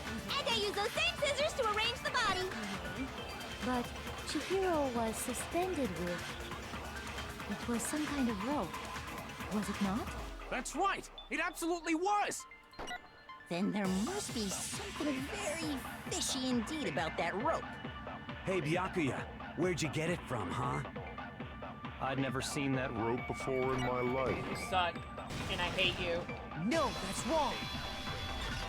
I don't know why Void likes you so much. You stink, and I hate you. Actually, I'm pretty sure you have seen it before.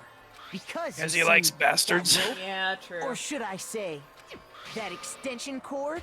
What? An extension cord? Byakuya, you've used the extension cord in the library more than once, haven't you?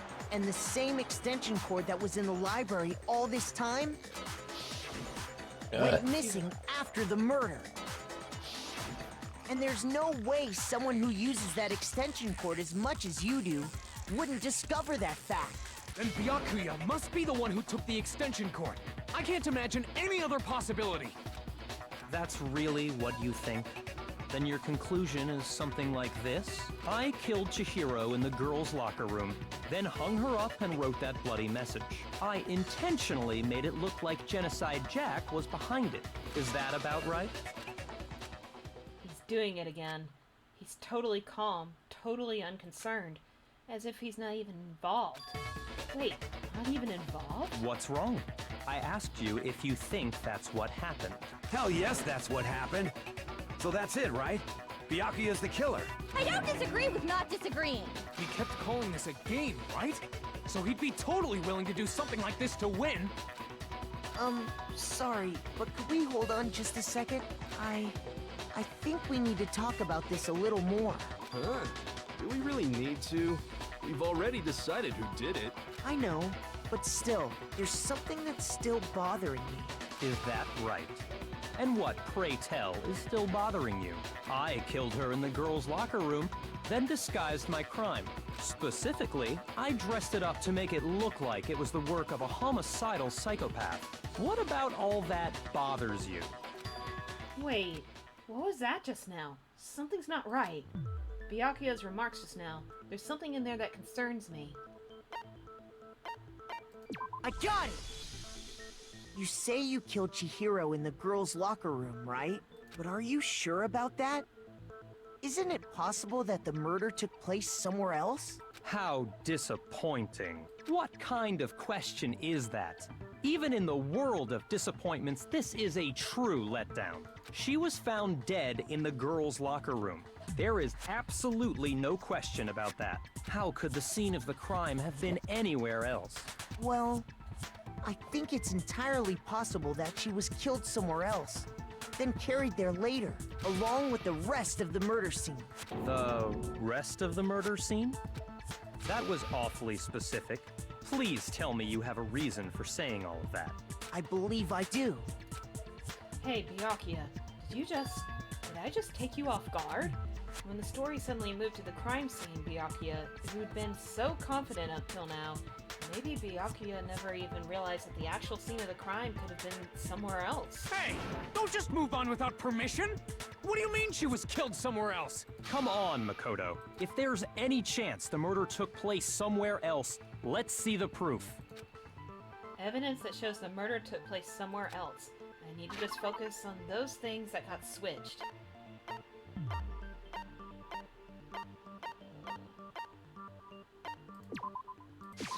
I got it! The proof that she was killed somewhere else is the poster that's hanging in each locker room.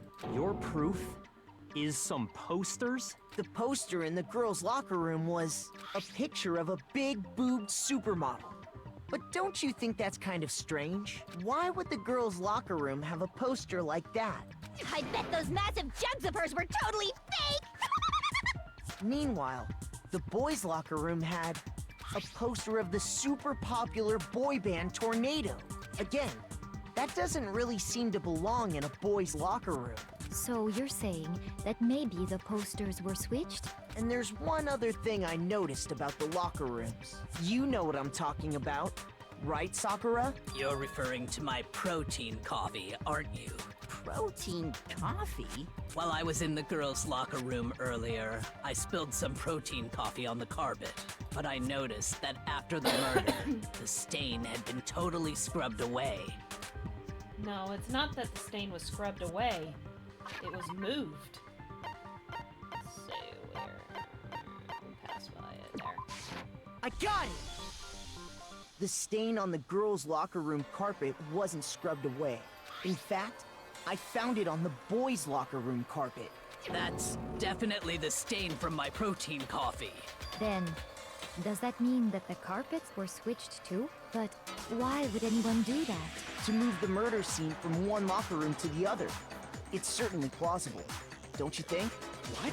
In other words, in order to completely swap the scene of the crime, the blood-stained poster and carpet were moved along with the dead body. By doing this, the killer was able to change the entire room where the murder took place. I can certainly follow your reasoning, but why would the culprit bother doing that? Huh? Why would they go to all that trouble of switching the scene of the crime? Actually, an even bigger question. If the murder did take place in the boys' locker room, then how did Chihiro get in the boys' locker room in the first place? To get into the locker rooms, you have to swipe your e-handbook across the card reader device. But Chihiro's handbook should have only allowed her access to the girls' locker room. She had no way to get into the boys' locker room to begin with. No, she did have a way, and I can tell you what it was. I highly doubt that. Shut up! I'm telling you, I know how she could have done it. Is he right? Could Chihiro really have gotten into the boys' locker room somehow?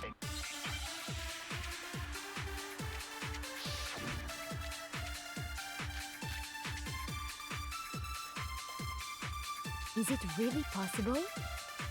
Could Chihiro really have gotten into the boys' locker room somehow? Ah! I've got it! She must have hacked her e-handbook! No? Okay. Shoot! Is it really possible? Could Chihiro really have gotten into the boys' locker room somehow? This might be a flashback. I've got it! She must have hacked her e-handbook! She was the ultimate programmer, after all. I'm sure that would have been no problem for her. No, I don't think that's it. She used the thing that was in the main hall. Huh? What thing? Oh. I'm talking about Leon's handbook, of course. Broken. No, it's wrong. Nixie doesn't know how to be patient and just let the game play. No, I don't think Chihiro used Leon's handbook. Why not? Because Leon's handbook was broken. Oh. Well, then, yeah, I guess that'd be pretty impossible, huh? I am struck silent by how quickly you gave up. Plus, isn't there a regulation against using someone else's handbook? Actually, the rule states that loaning your handbook is prohibited. It says nothing about borrowing one. In other words, you could borrow a dead person's handbook all you want, and you'd be safe. Yup, yup, yup. Hit the nail square on the noggin. Of course, if it were broken, that wouldn't make any sense anyway. So then, she must have hacked hers, like I said. She used her ultimate programmer skills and... Psst! You can't fix an e-handbook. The instant you open one up, a security buzzer starts blaring. So, if she didn't use Leon's handbook, and she didn't modify her own handbook... Maybe Mr. Naegi's initial assumption is just... wrong? It seems like there's no way she could have got into the boys' locker room. So I guess so. Okay then, I vote for Byakuya. Is that it then? Chihiro was killed in the girls' locker room and Byakuya's the one who did it? Really? But still, I don't know what else I can do. Hold on a second. I agree with you, though. I think you're on the right track. What the? You finally decide to open your mouth and that's what you've got to say? There's no way she could get in the boys' locker room, right? So... Why are you so sure she couldn't get in? There's still one other way she could have gained access. What? What are you talking about? What other way is there? Well, to explain that, why don't we take a little break from the trial? I'd like you all to come see something. Wait. Just what do you think you're doing? Don't worry. This'll make the whole trial more exciting. I'm sure that thought must please you. Huh? It'll make things more exciting? Well, all right then. I declare an official class trial recess. Huh? For real? Now then, what is it you want to show us? It better not be boring or I'll be very unhappy. Oh, I have no doubt it'll meet your lofty expectations. So, shall we go? So before I even knew what was happening, the class trial had been put on hold. We headed off with Kyoko in the lead, and where she took us was...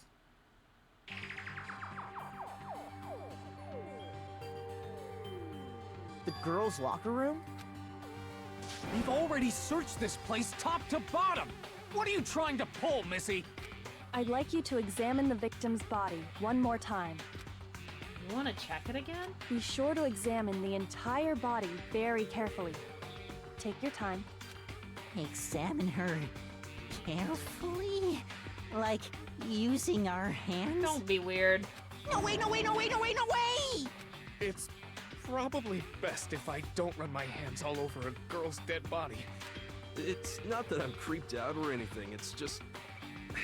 based on religious grounds, you know? Very well. I'll do it. But you're a girl. You shouldn't have to touch a dead body. Just let one of the boys do it. No, it's okay. I think Chihiro would rather have a girl examine her. So just leave this to me. Sakura. What is this? Some kind of secret girl-on-girl action? Is that what you two are about? That's not it at all. Stop screwing around. Okay, here I go. I'm sorry, Chihiro. Please excuse the intrusion. Putting her hands together in a brief prayer, Sakura then began to quietly examine her body. Be sure to check her entire body, and I believe we will solve this particular mystery. Her entire body? I know you say that, but... What? This is... What is this... What is it? Not possible. It's not possible. Sakura's eyes were staring wildly at Chihiro's lifeless form. Her massive frame trembled. This girl is what? Is a boy! Ah, I see. So she was actually a he. Interesting. Thank you for confirming this fact. What? You're joking, right? I wouldn't joke about this. Then it's really true? Chihiro was a guy?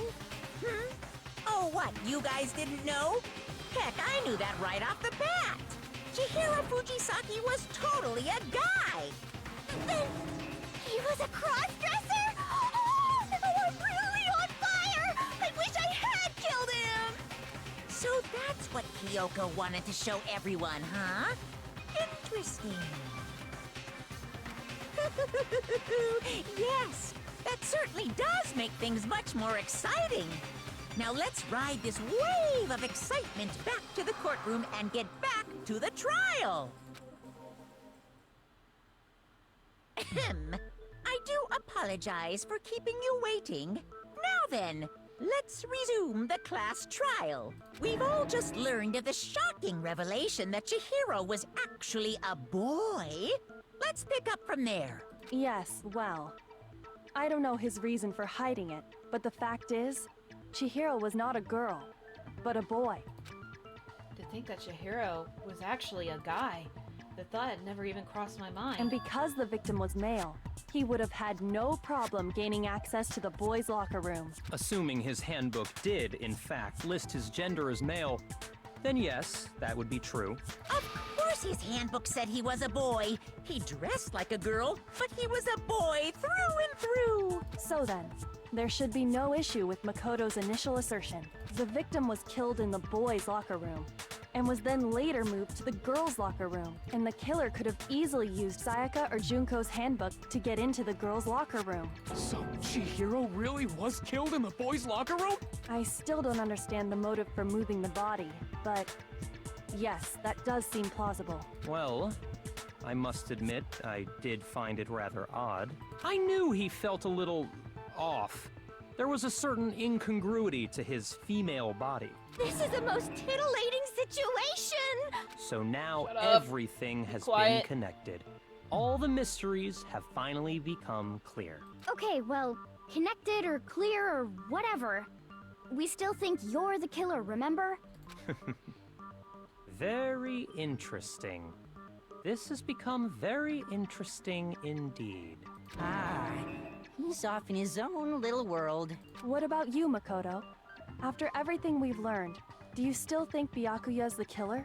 Well, without a doubt, Byakuya is the one that made Chihiro's death look like Genocide Jack did it. Because he sucks. But I think he might not actually be the killer after all. What? But aren't you the one who accused him in the first place? He just seems to be too easygoing about all this. Like he's enjoying us solving the mystery. The way he's acting, it makes it seem like it doesn't have anything to do with him. And you think that might be because it doesn't have anything to do with him? Plus, the evidence he left behind was a little too... how can I put it? Overt. He consciously chose to use the extension cord, knowing it could connect him to the murder. At least, that's how I see it. And Byakuya, when you found out the murder took place in the boys' locker room, it seemed to rattle you. And then again, when you found out Chihiro was actually a guy, if you really were the killer, that stuff wouldn't have had any effect on you. So that's your thinking, huh? Well, it bothers me that you don't have more concrete reasons, but it's fine. I guess I'll mark it as correct for the time being. Mark it as correct? He's right. I am not the culprit. I just happened to come across the corpse in the girls' locker room and decided to alter it. Are you fucking with us right now? No, I am not effing with you right now. Say I'm telling fuck, you the truth. you stupid pretty boy. Well, I find it very hard to believe. Go ahead. Find it very hard to believe. You're free to be executed along with the rest of us. If you're really telling the truth, then why? Why do you do that to his body? My reasons hardly matter right now. Uncovering the culprit is much more important, wouldn't you say? Now then, if it wasn't me, who was it? Well, I don't think I can say for sure without talking about it a little more. We're seriously gonna keep going? We're all good, aren't we? I thought it was clear Byakuya did it. No, I'm with Makoto. If there's any doubt whatsoever, we need to explore every possibility, because if we're wrong, we all die here. That's true. Very well then. I'm with you too. Damn straight. Count me in. Do you not have a mind of your own? Of course I do. What am I, an ant or something? No, but I think your brain is filled with them. Anyway, let's Love you, discuss mean this it. all as a group one more time. We still have time to make our decision. That's very true. Our lives are all on the line. Excellent. Then shall we resume our game of hide and seek? But if Byakuya didn't do it, then who's the real killer? Who murdered Chihiro? There's one thing we can be sure that we know about the killer. I got it! Since the crime scene was the boys' locker room, you would need a boys' handbook to get in. Since Leon's handbook is apparently broken, the killer would have had to use their own. In other words, it had to have been a guy. But that's still not enough. I need to find some more clues.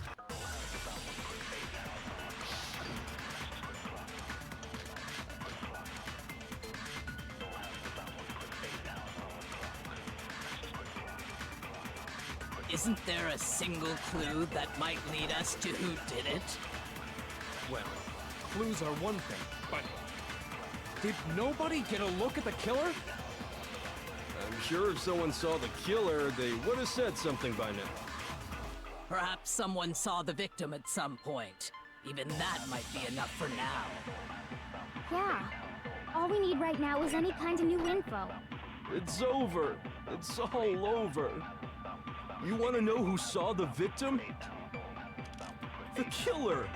And only the killer. Oops, wrong button. No, that's wrong.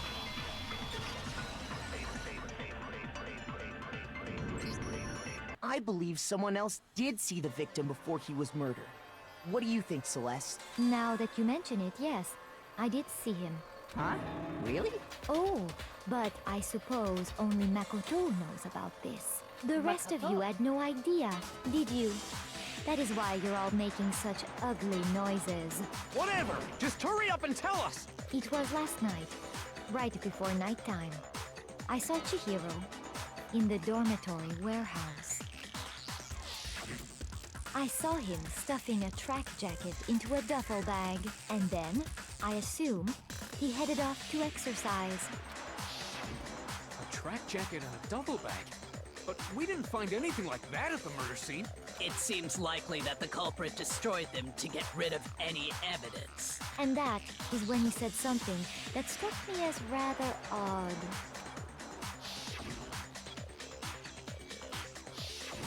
Chihiro told me he was in a hurry, but why would he be in a hurry?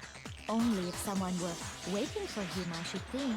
So, Mr. Fujisaki was on his way to meet with someone, and then they were going to work out together? But Hina and I had invited him to exercise with us plenty of times, and he always declined.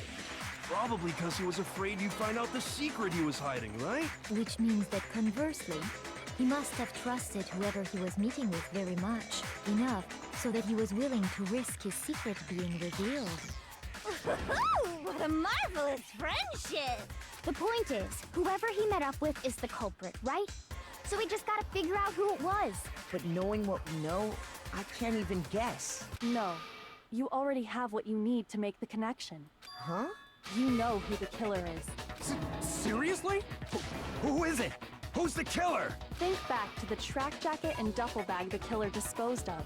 Focus on the details of these items, and it should become obvious who was waiting for him. Are you sure about that? You really think we can figure out who did it based on 2 pieces of evidence that we don't have? What? You want to track down some fingerprints or something? Even if we had the equipment for that, we wouldn't know how to use it. As was noted, the evidence is already gone. There's nothing to get fingerprints from. Maybe, but we can make certain inferences if we just take the time to talk it out. Easy for you to say, but fine. Celeste, did you notice anything special about the bag or jacket? The bag was just a normal duffel bag from the warehouse. All the bags in there are the same, so I can't imagine what would make that one special. Well, if I remember right, there was a decent variety of tracksuits to choose from. Do you think there might be some connection between the culprit and Chihiro's jacket? Perhaps.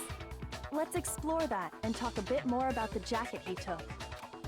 Does Chihiro's track jacket really hold some clue about the killer? Somehow, it's really hard to believe.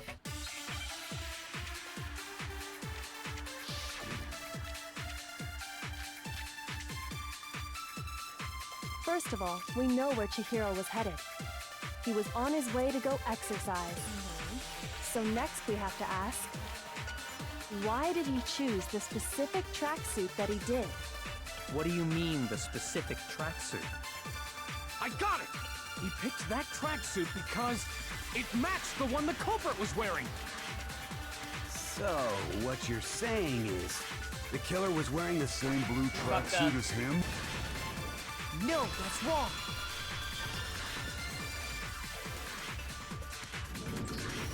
Hold on a second, Mondo. What did you just say? Huh? What'd I say? When Celeste testified a few minutes ago, she said...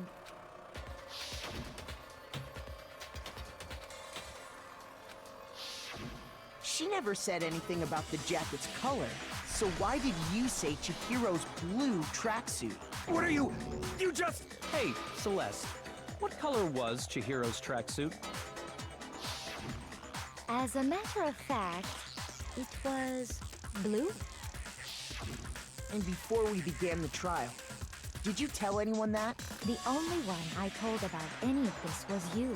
Then, Mondo, how did you know what color Chihiro's tracksuit was? But because I'm sure he saw the clothes at some point in the investigation. No, that can't be it. The bag and clothes were surely disposed of by the time we began our investigation. Then the only reason he could have known what color the tracksuit was is if he saw Cherry with it before he died! That's the only possibility! Cherry? Are you talking about Chihiro? So, how about it? Did you see the tracksuit or didn't you? Just by chance. I just happened to see it last night. He walked past me, and he was carrying the tracksuit in his hands.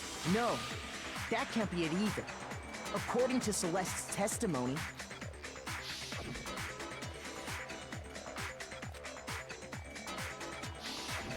when Celeste noticed it, Chihiro made a point of making sure the jacket was completely in the bag.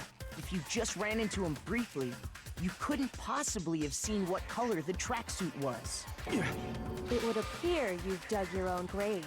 Perhaps. But you handed him the shovel, didn't you? That's why you said what you did. Focus on the tracksuit and it'll be obvious who he met with? What a bunch of nonsense. Ah, now I understand. It was all one big bluff, wasn't it? Your true intention was to draw a slip of the tongue from the culprit. That's why you said you knew who did it. To put them on edge. That's right. However, Mondo was my target all along. I had my suspicions about him from the very beginning. But why? What made you so suspicious? That's a good question.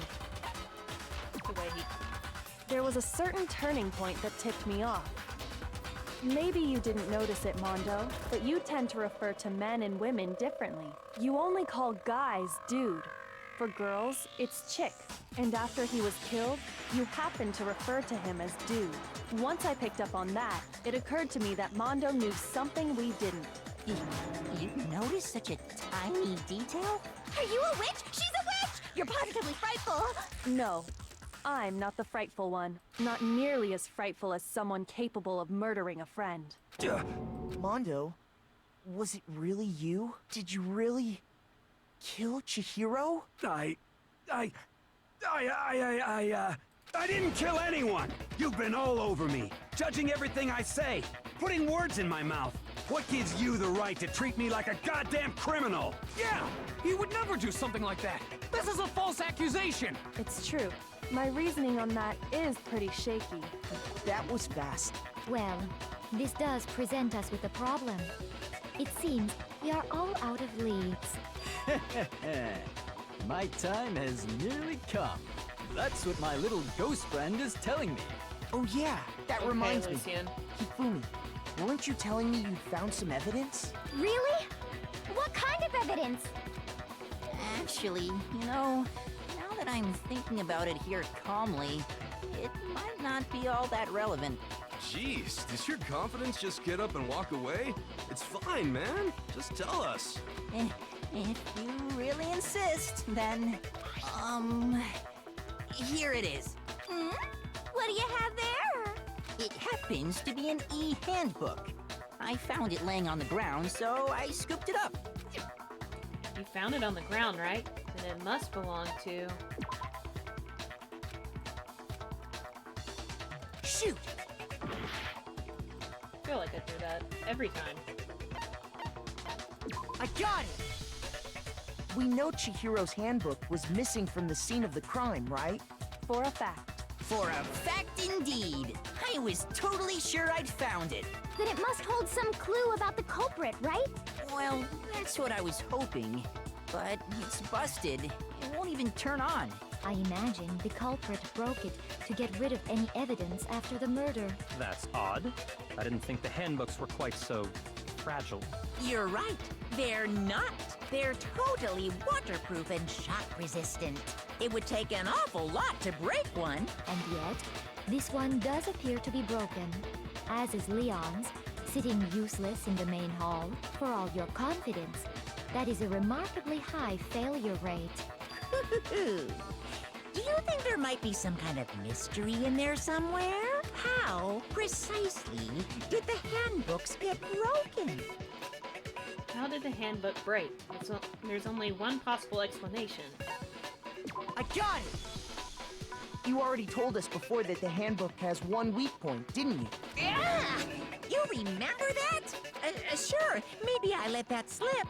But I never told anyone what the weak point actually was. But if the handbook is supposed to never break, and two of them broke in quick succession, then... Then we can only assume that someone's figured out its weakness. You know what the weakness is, right, Monokuma?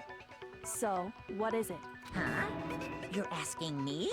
I think it's a necessary piece of information if you want this to be a fair trial. But if I tell you, and someone else decides to copy it, that would be very not good.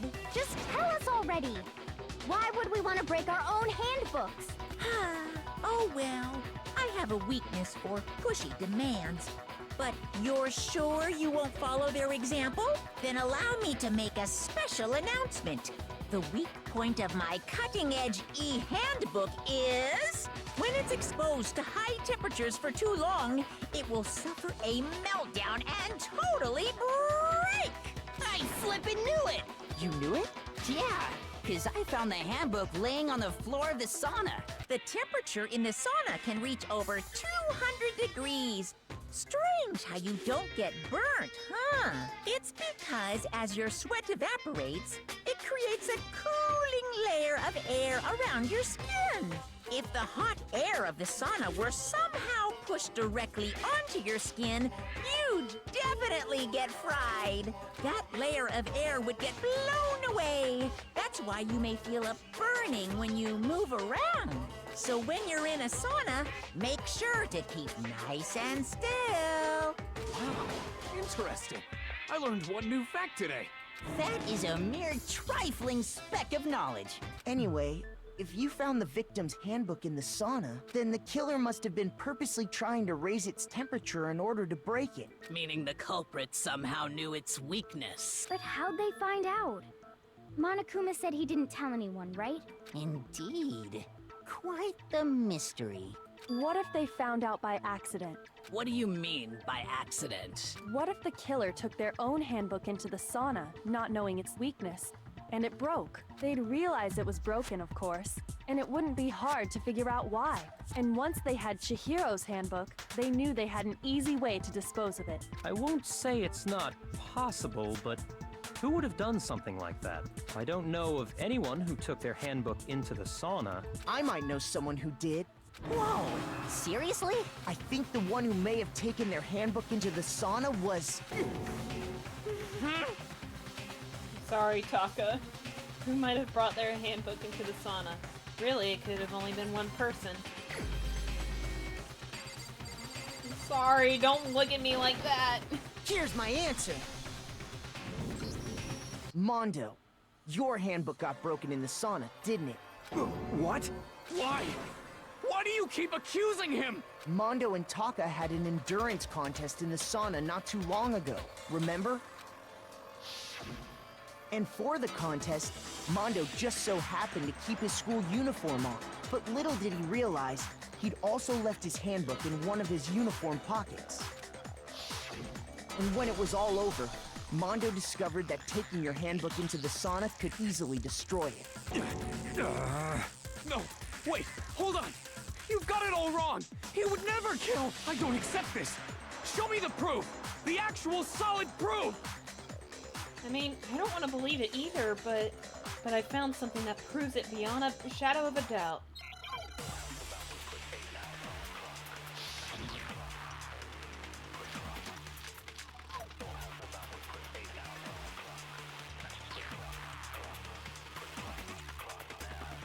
Let's test Makoto's assertion. If what he says is correct, then Mondo, you broke your own handbook. In other words, if Mondo's handbook is actually broken, then that proves that what Makoto said is right. Well, my goddamn handbook works just fine! See? Look! Makoto was wrong after all! Mondo wouldn't hurt a fly!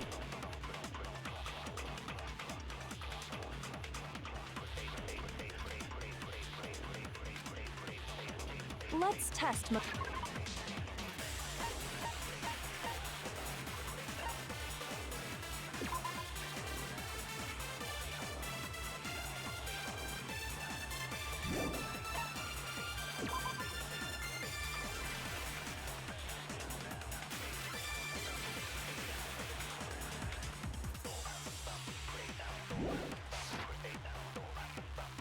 If what he says is correct, you broke your own hand. In other words, if Mondo's, then that proves. Well, my goddamn handbook works just... No, that's wrong.